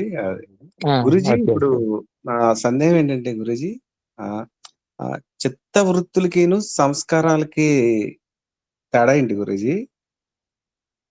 చిత్త వృత్తుల ద్వారా సంస్కారాలు ఏర్పడతాయి. చిత్త వృత్తులు ఎందుకు నిరోధించాలంటే సంస్కారాలు ఏర్పడకుండా చేయాలండి. సంస్కారాలు ఏర్పడొద్దంటే చిత్తవృత్తులను ప్రదర్శించవద్దు. చిత్తవృత్తులు అంటే చూస్తున్నాం అనుకోండి, చూస్తే దానికి సంబంధించిన సంస్కారం లోపల ఏర్పడుతుంది. వింటున్నాం అనుకోండి, దానికి సంబంధించిన సంస్కారం ఏర్పడుతుంది. కానీ ఇక్కడ వృత్తయ పంచతయాహ క్లిష్ట అక్లిష్టాహ అంటే చిత్తవృత్తులు 5 రకాలైనప్పటికీ 5 రకాలన్నీ కూడా నిరోధించేటి కాదు, క్లిష్టమైన నిరోధించాలి. అక్లిష్టమైన వాటిని నిరోధించవలసిన అవసరం లేదు. అంటే మనకు ముక్తికి సహకరించే వాటి యొక్క వృత్తులను మనము అనుసరించవచ్చు, కానీ ముక్తికి వ్యతిరేకించే వృత్తులను మనము అనుసరిస్తే ఏమవుతుంది అంటే ముక్తికి వ్యతిరేకమైన సంస్కారాలు మనలో ఏర్పడతాయి కనుక ముక్తి లభించగలదు. అంటే ఇప్పుడు ఈ జన్మలో ఉన్న అంటే పరమేశ్వరుడు మనకు ఒక అవకాశం ఇచ్చినట్టే కదా గురూజీ. అంటే అనేక జన్మ సంస్కారాలని మనం చేసే సాధన బట్టి పరమేశ్వరుడే, అంటే మనం చేయాల్సిన చిత్త వృత్తులను అదుపులో తేవటానికి యోగ దర్శనం కదా గురూజీ. అంటే అనేక జన్మ సంస్కారాలని అదుపులో చేయటం అంటే చాలా కష్టం కదా గురూజీ. అదే సందేహం వచ్చింది గురూజీ నాకు. అందుకే ఈశ్వరుడు, ఋషులు మనకు మంచి ఛాన్స్ ఇచ్చారు. ఏం ఛాన్స్ అంటే ఈ కర్మలు అన్ని అనుభవించాలంటే ఒకే జన్మ సరిపోదు. మరి అలాంటి భోగాన్ని సమాప్తి ఎలా చేస్తాము, మోక్షాన్ని ఎలా పొందుతాము అనే దానికి క్లేశ సమాప్తి అని చెప్పడం జరిగింది. అంటే క్లేశాలతో కూడిన వృత్తులను నిరోధిస్తే, అంటే మన లోపల క్లేశాలు అవిద్య, అస్మిత, రాగము, ద్వేషం, అవినివేశం అనేది నశిస్తే మనం ఏ కర్మ చేసినా కానీ ఆ కర్మ కర్మాశయంగా మారదు. కర్మాశయంగా మారినప్పుడు దాన్ని భోగించవలసిన అవసరం లేదు, భోగించడం కోసం జన్మెత్తవలసిన అవసరం లేదు. గురూజీ ఇప్పుడు ఈ జన్మలోనే ఇప్పుడు సపోజ్ ఈ జ్ఞానం ద్వారా ఆ ఆ అవకాశం కూడా ఉందిగా గురూజీ. అతనికి ఒక జ్ఞానం అంటే ఇవన్నీ ఏంటి అని తెలుసుకోవాలని ఆశిస్తే వాళ్ళకు కూడా అవకాశం వచ్చినట్టే కదా గురూజీ, సాధన చేయని వాళ్ళకి కూడా. సాధన చేయని వాళ్ళు ఇప్పుడు అంటే ఇప్పుడు మనం సాధన చేస్తున్నాం కదా గురూజీ. ఇప్పుడు సడన్ గా అవును. అసలు వాళ్ళకి ఏమీ తెలియదు గురూజీ. అంటే ఈ యోగ దర్శనం అన్ని తెలియదు. సడన్ గా ఎక్కడో విన్నారు. విని ఇప్పుడు అవకాశం తీసుకుని వాళ్ళు సాధన బాగా చేస్తే వాళ్ళకి అవకాశం వచ్చినట్టే కదా గురూజీ అంటున్నాను నేను. అంటే అనేక జన్మల నుంచి సాధన అవసరం లేకుండా. అవునవును. సాధన అంటే అనేది తీవ్రంగా చేస్తే ఇదే జన్మ లోపల మనం ముక్తిని పొందొచ్చు. తీవ్ర సంవేగాన మాసన్నః. మనం యోగ దర్శనం చదువుతాం కదా, చాలా విషయాలు ఇట్లాంటి మంచి సూత్రప్రాయంగా ప్రమాణంతో కూడి వస్తాయి. అంటే ఎంత తీవ్రంగా మనం కృషి చేస్తే అంత తొందరగా ఇదే జన్మ లోపలనే మనం ముక్తిని పొందొచ్చు. అంటే తీవ్రతను బట్టి. లేకుంటే తీవ్రంగా చేయలేదనుకోండి, 2, 3 జన్మలు, 10 జన్మలు, 20 జన్మల్లో మనము ముక్తిని పొందవలసి ఉంటుంది. కనుక ఈశ్వరుడు ఎలాంటి అవకాశం ఇచ్చాడు, ఋషులు ఎలాంటి సూత్రాలు ఇచ్చారంటే, ఇదే జన్మ లోపల కోట్ల జన్మల నుంచి వస్తున్న సంస్కారాలను నశింపజేసి ముక్తిని పొందే అవకాశాన్ని ఇచ్చారు. అది మన తీవ్రమైన సంవేగం వల్ల జరుగుతుంది. ఇంకొక డౌట్ గురించి, ఇప్పుడు చిత్తవృత్తి నిరోధ అంటే యాక్చువల్లీ అదే అవిద్యాస్మిత రాగ ఇవన్నీ ఏమొచ్చినా జస్ట్ అబ్జర్వ్ చేస్తూ ఉండేది. అంటే దానికి లోపడకుండా జస్ట్ ఊరికే చూస్తూ ఉంటే అది అటాచ్మెంట్ కాదు అంటే అది అది బెటర్ అని అనిపిస్తుంది కదా. అయితే నిమిత్తం అది కూడా ఒక రకంగా అవిద్య నుంచి దూరం కావడం వల్లనే జరుగుతుంది. అంటే మనలో రాగద్వేషాలు నశించినప్పుడు దాన్ని అనాసక్తితోనే చూస్తాము. ఆ అనాసక్తితో చూసినప్పుడు అది సంస్కారంగా ఏర్పడదు, కర్మాశయంగా మారదు. దానివల్ల మనకు నష్టం ఏం లేదు. ఏదైనా తినాలా లేదు పోవాలా వెళ్ళాలా చూడాలా అనేసి ఆ మనసు ఒకే ప్రెషర్ పెడుతూ ఉంటుంది, ఆశపడుతుంది. అవును. ఆ ఉద్వేగానికి లోను కాకుండా ఎంత నువ్వు సంకల్పం చేస్తున్నావో ఇట్స్ ఓకే, నేను జస్ట్ అబ్జర్వ్ చేస్తాను అంతే. నేను ఆవేశంగా ఇప్పటికిప్పుడే నేను వెళ్ళను, కానీ చూద్దాం అనేసి అలా ఊరికే ఉండిపోవడమా అబ్జర్వ్ చేసి? ఉండిపోవడం అంటే ఒక టెక్నిక్ ఇది. అంటే ఉపేక్ష భావంగా ఉండడము, లేదా దాని మీద ఆకర్షణ వచ్చినప్పుడు వాయిదా వేయడం. ఇది కూడా ఒక టెక్నిక్. ఒకటి అది చెడు, కానీ అది కావాలనిపిస్తుంది మనకు. ఓకే. అది తీవ్రంగా మనల్ని ఆకర్షిస్తున్నప్పుడు దానికి మనం ఒక టెక్నిక్ ఏంటంటే, అది ఇంకో గంట తర్వాత ఇస్తలే, రేపు చేస్తాలే, నెక్స్ట్ వీక్ చేస్తాలే అని ఇలా వాయిదా వేయడం వల్ల ఏమవుతుందంటే దానికి మనకు ఉన్న ఆ కనెక్షన్ అనేది వీక్ అవుతుంటది, లూజ్ అవుతుంది, వీక్ అవుతుంది. దానివల్ల మనం కూడా ముందుకెళ్ళచ్చు. అప్పుడు ఎక్కువ మారం చేయకుండా, చండీ చేయకుండా కొంచెం మంచిని పొందడానికి చెడును వదలడానికి ఇది ఒక మంచి టెక్నిక్. మంచిని పొందడం లోపల వెంటనే అమలు చేయాలి, వాయిదా వేయకూడదు, రేపు చేస్తాలే అని అనకూడదు. అది మంచిని పొందడానికి ఒక టెక్నిక్. ఇక చెడును వదలడానికి ఏంటంటే వాయిదా వేయాలి, రేపు చేస్తాలే అలాంటి ఆలోచన రాగానే దాన్ని వాయిదా వేయాలి, ఎక్స్టెండ్ చేసేయాలి. అలా అది వీక్ అవుతుంటది, ఇది స్ట్రాంగ్ అవుతుంది. అలా సాధన చేయాలి. ధన్యవాదాలు. మంచిదండి గురూజీ. ఇప్పుడు సత్వగుణం ద్వారా కూడా ఏమన్నా రాగం గాని పెరగచ్చా గురూజీ? సత్వగుణంలో రాగం ఉంటుంది, కానీ అది మంచి రాగం. మంచి రాగం అంటే జ్ఞానం కావాలని, ధర్మం కావాలని, పుణ్యం చేయాలని. కానీ అది కూడా ఒక ఆశ అవుతుంది కనుక జన్మ కారణం అవుతుంది. దానివల్ల నష్టం లేదు, మళ్ళీ జన్మ ఎత్తవలసి ఉంటుంది. మనము ఏదైనా సకామంగా చేయడం ద్వారా ఏమవుతుందంటే ఈశ్వరుడు మనం కోరుకున్నాం కనుక దానికి తగ్గ ఫలాన్ని ఇస్తాడు. మనం నిష్కామంగా చేస్తే, సాత్విక కర్మలను నిష్కామంగా చేస్తే ముక్తి లభిస్తుంది. అలా అంటే సాత్వికంగా ఉన్నప్పుడు అసంప్రజ్ఞాత సమాధి అన్నారు కదా గురూజీ. అంటే సత్వగుణం కూడా అక్కడ వదిలేయాలంటే అంటే ఆ స్థితిని ఎలా తీసుకోవాలి గురూజీ? వదిలేయటం అంటే ఆ స్థితి ఎలా ఉంటుంది గురు? సంప్రజ్ఞాత సమాధి లోపల పూర్తిగా సత్వగుణం ఉంటుంది.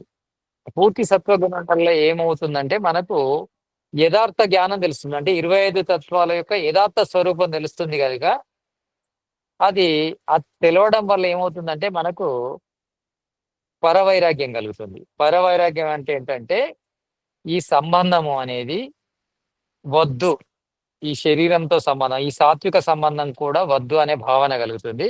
అప్పుడు దానికి మనము దూరం చేసే విధంగా ప్రయత్నం చేస్తాము.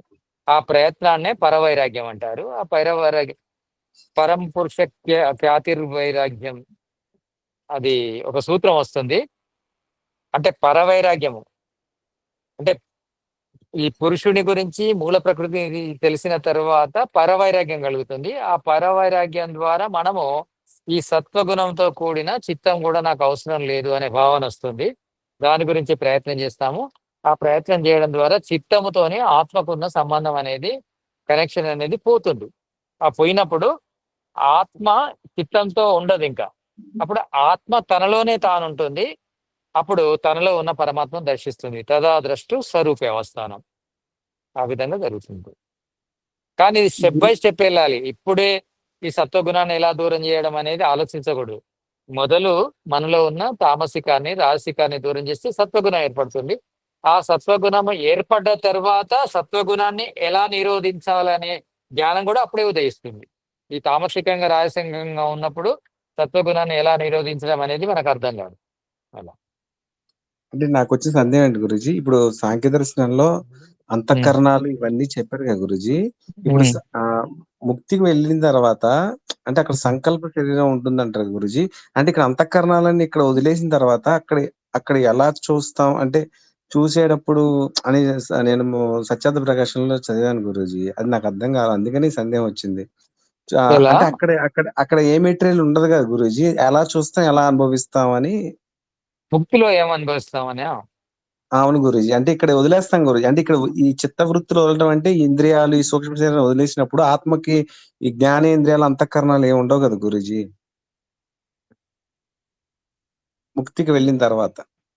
అక్కడ ఏముండవు, అక్కడ వీటి అవసరం లేదు. ఇప్పుడు ఆత్మ లోపల ఇప్పుడు ఈ కరణాలకున్న శక్తి అంతా ఆత్మలో ఉంటుంది. కరణాల అవసరం ఎందుకు వచ్చిందంటే భౌతిక పదార్థాలను అనుభవించాలి కనుక కరణాలు అవసరం. కానీ ఆత్మకున్న శక్తులు ముక్తిలో కూడా ఉంటాయి. అంటే ఈ 13 కరణాలు ఉన్నాయి కదా, అంటే అహంకారము, మహాతత్వము, మనసు, 5 జ్ఞానేంద్రియాలు, 5 కర్మేంద్రియాలు, వీటిని 13 కరణాలు అంటారు. కరణాలు అంటే సాధనాలు ఆత్మకు. ఈ కరణాలు ఆత్మ లోపల ఈ 13 లక్షణాలు ఉండడం ద్వారా ఈ కరణాలను ఉపయోగించి ఈ భౌతిక జగత్తు లోపల కర్మలు చేస్తున్నాము, భోగాన్ని అనుభవిస్తున్నాం. అక్కడ ఈ లక్షణాలు ఉంటాయి. ఈ కరణాలకు సంబంధించిన లక్షణాలు ఆత్మకు ఉంటాయి కానీ కరణాలు అవసరం లేదు. ఎందుకు కరణాలు అవసరం లేదంటే ఇక్కడ భౌతిక జగత్తును భోగించడానికి కరణాలు అవసరం, కానీ అక్కడ పరమేశ్వరుని భోగించడం కోసము కరణాలు అవసరం లేదు. ఇక అక్కడ ఏం అనుభవిస్తామంటే ఈ జగత్తులో లభించే ఆనందానికి మూలం ఎవరు? పరమేశ్వరుడు. అంటే ఈ మూలం అంతా కూడా పరమేశ్వరంలో ఉంటుంది. ఈ ఆనందం యొక్క మూలం ఆ పరమేశ్వరంలో ఉంటుంది కనుక ఆ మూలాన్ని మన మూల లక్షణాల ద్వారా అనుభవిస్తాం. దాన్నే ముక్తి అంటారు. అంటే ఆ శక్తి పరమేశ్వరుడి దగ్గర నుంచి వస్తుంది గురుజీ మనకి, అక్కడి నుంచి తీసుకుంటావా? భోగ్యము పరమేశ్వరుడు అవుతాడు, భోగ సాధనాలు ఆత్మ అవుతుంది. అప్పుడు అలా పరమేశ్వరుడు లోపల అనంత ఆనందం ఉంటది. ఇక్కడ ఈ దృశ్యాలు లేవు కదా, ఈ శబ్దాలు లేవు కదా, చూడడానికి కళ్ళు లేవు కదా, చెవులు లేవు కదా. ఈ కళ్ళు చెవుల కంటే పవర్ఫుల్ ఆత్మ లోపల లక్షణాలు ఉన్నాయి. ఈ దృశ్యాల కంటే, ఈ శబ్దాల కంటే ఆనందమయమైన ఆ లక్షణాలు పరమేశ్వర లోపల ఉన్నాయి. కనుక ఆ ఆనందాన్ని ఈ భౌతిక ఆనందంతో పోల్చడానికి వీల్లేదు. అద్భుతంగా ఉంటుంది. అదే గురుజీ ఆ సందేహం, అంటే ఇక్కడ నుంచి తీసేస్తే అక్కడ నుంచి ఆ జర్నీ ఎలా అనే క్వశ్చన్ వస్తుంది కదా గురుజీ. ఇక్కడ అనుభవించేదంతా కూడా అక్కడ పరమాత్మలో ఆనందం ఉండడం వల్ల, ఇక్కడ ఆత్మ లోపల లక్షణాలు ఉండడం ద్వారా, ఈ ప్రకృతి సాధనాల ద్వారా ప్రకృతిని అనుభవిస్తున్నాం. వీటికి కారణం ఎవరు? ఆ పరమేశ్వరుడు, ఈ ఆత్మనే కనుక ఇవి రెండు అక్కడ డైరెక్ట్ కలుస్తాయి. ఈ సాధనాలు లేకుండానే ఇంట్లో ఉన్న లక్షణాలు ఆ పరమేశ్వరుడు ఉన్న ఆనందాన్ని భోగిస్తాయి. అదే అర్థమైంది. అదే అంటే ఈ సాత్వికతనే, అంటే ఈ సందేహాలన్నీ దానికోసమే గురూజీ, అందుకని అడిగాను. తెలుసుకోవాలి, తప్పకుండా తెలుసుకోండి. మీరు తెలుసుకోండి, ఇంకా తెలుసుకోండి, నేను తెలుసుకోండి అని అంటున్నాను. అయితే అవును. మీకు సందేహాలు రావడం వల్ల నేను తెలియపట్లేదనే సందేహం నాకు కలుగుతుంది నా మీద నాకు. అంతేగాని మీరు చాలా శ్రద్ధగా అడుగుతున్నారు, ఆసక్తిగా అడుగుతున్నారు. మీ అందరికీ ఆ విషయం లోపల నా జోహార్లు, నా అభినందనలు, నా కృతజ్ఞతలు గూడా. ఎందుకంటే అద్భుతం. మీరు అడిగే తీరు అద్భుతం. ప్రతి సభ్యుడు గూడా బాగా అడుగుతున్నారు మీరందరూ గూడా. మంచి లోతైన క్వెషన్స్ అడుగుతున్నారు.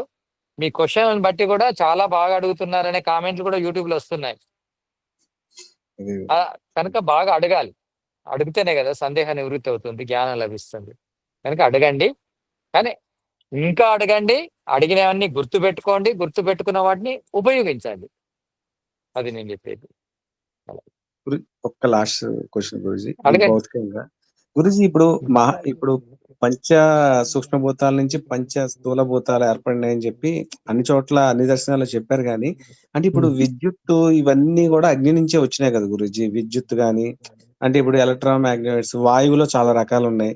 ఇవన్నీ అంటే ఎలా తీసుకోవాలి గురూజీ? వీటి నుంచే ఇప్పుడు సాంఖ్య దర్శనంలో మనకి వాయువు ఏర్పడింది. అంటే దీన్ని లోతుగా ఎళ్తే ఇప్పుడు రేడియో మ్యాగ్నెటిక్స్, ఉంటాయి కదా గురూజీ.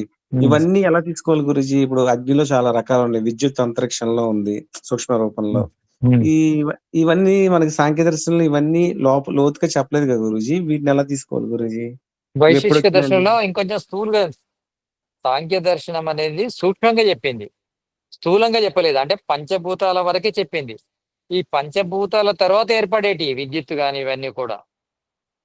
మిగతా ఈ మూలకాలు గాని, అంటే ఈ కెమికల్స్ గాని ఇవన్నీ కూడా పంచభూతాల తర్వాత ఏర్పడతాయి. పంచభూతాల వరకే తత్వాలు అంటారు. పంచభూతాల తర్వాత ఏర్పడేటి పదార్థాలు. అంటే పుడతాయి, నశిస్తాయి. ఈ ఈ తత్వాలు మాత్రం ఈ 24 తత్వాలు మాత్రము సృష్టి ప్రళయమయ్యే వరకు ఉంటాయి. కనుక వీటి గురించే చెప్పడం జరిగింది. వీటి నుంచి కొంచెం స్థూలంగా వైశేషిక దర్శనంలో వస్తుంది.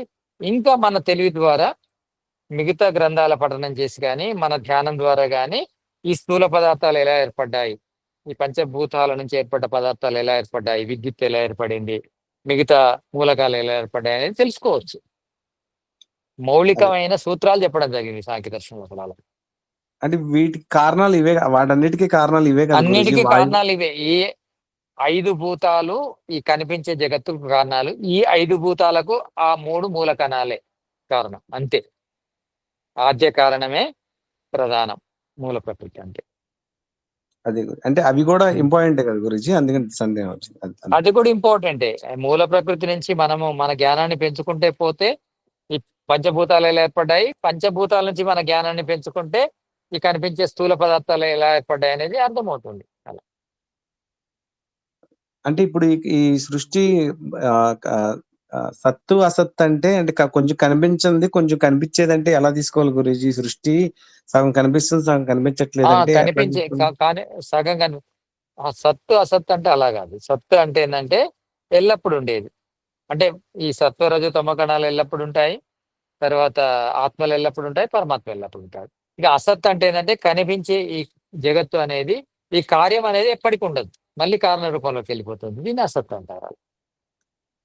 అదే అంటే కొన్ని కనిపించని ఉన్నాయి కదా గురూజీ. దాంట్లో తీసుకుంటారేమో అని సందేహం వచ్చింది. కనిపించని చాలా ఉన్నాయి. నశించేవి కూడా కనిపించని ఉన్నాయి. పరమాణులు మనకు కనిపిస్తాయి, కానీ అవి నశిస్తాయి. అవును. సత్తు అసత్ అంటే అలా కాదు. సత్తు అంటే నశించనివి, అసత్ అంటే నశించేవి. అదే గురూజీ. నమస్తే. అదే ఇంకా సూక్ష్మంగా అంటే ఒక్కొక్కటి మనం స్టడీ చేయాలి గురూజీ. ఇప్పుడు వాయువు మీద స్టడీ చేస్తూనే ఉండాలి. మనము నిత్యం విద్యార్థే. మనము ముక్తి అవును. లభించే వరకు విద్యార్థిలానే ఫీల్ కావాలి. తెలుసుకుంటూనే ఉండాలి. స్వాధ్యాయనము సాధన అనేది ఆపకూడదు. స్వాధ్యాయనం ధ్యానం అనేది నిరంతరం కొనసాగాలి. మనం బ్రతికినంత కాలము మోక్షం ప్రాప్తించే వరకు తప్పకుండా సాధన చేస్తూనే ఉండాలి. అంటే మనకి ఈజీగా అందుకని 20 తత్వాల గురించి తెలుసుకోమని చెప్పారు కదా గురూజీ. అంటే కనిపించేంత మనం ఆ తెలుసుకోలేదు. 24 తత్వాలు, ప్రకృతి తత్వాల గురించి అర్థమైతేనే ఈ జగత్తు మొత్తం అర్థం అవుతుంది. అవి బేసిక్స్. అదే గురూజీ. నమస్తే గురూజీ. నమస్తే అండి. ఇంకా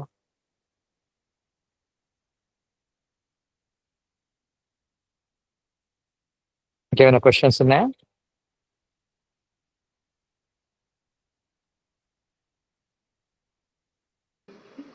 ఇంకెవరికైనా ఉంటే చెప్పండి, లేదంటే శాంతి పాఠం చేద్దాం. శాంతి పాటు చేద్దాం. జీ. శాంతిపరచు. ఓం ద్యౌ శాంతిరంతరిక్షగుం శాంతి పృథివీ శాంతి ఆపః శాంతి ఓషధయ శాంతి వనస్పతయ శాంతిర్విశ్వే దేవాః శాంతి బ్రహ్మ శాంతి సర్వగం శాంతి శాంతిరేవ శాంతి సామా శాంతిరేది. ఓం శాంతి శాంతి शांति. सबको नमन प्रणाम. ओम.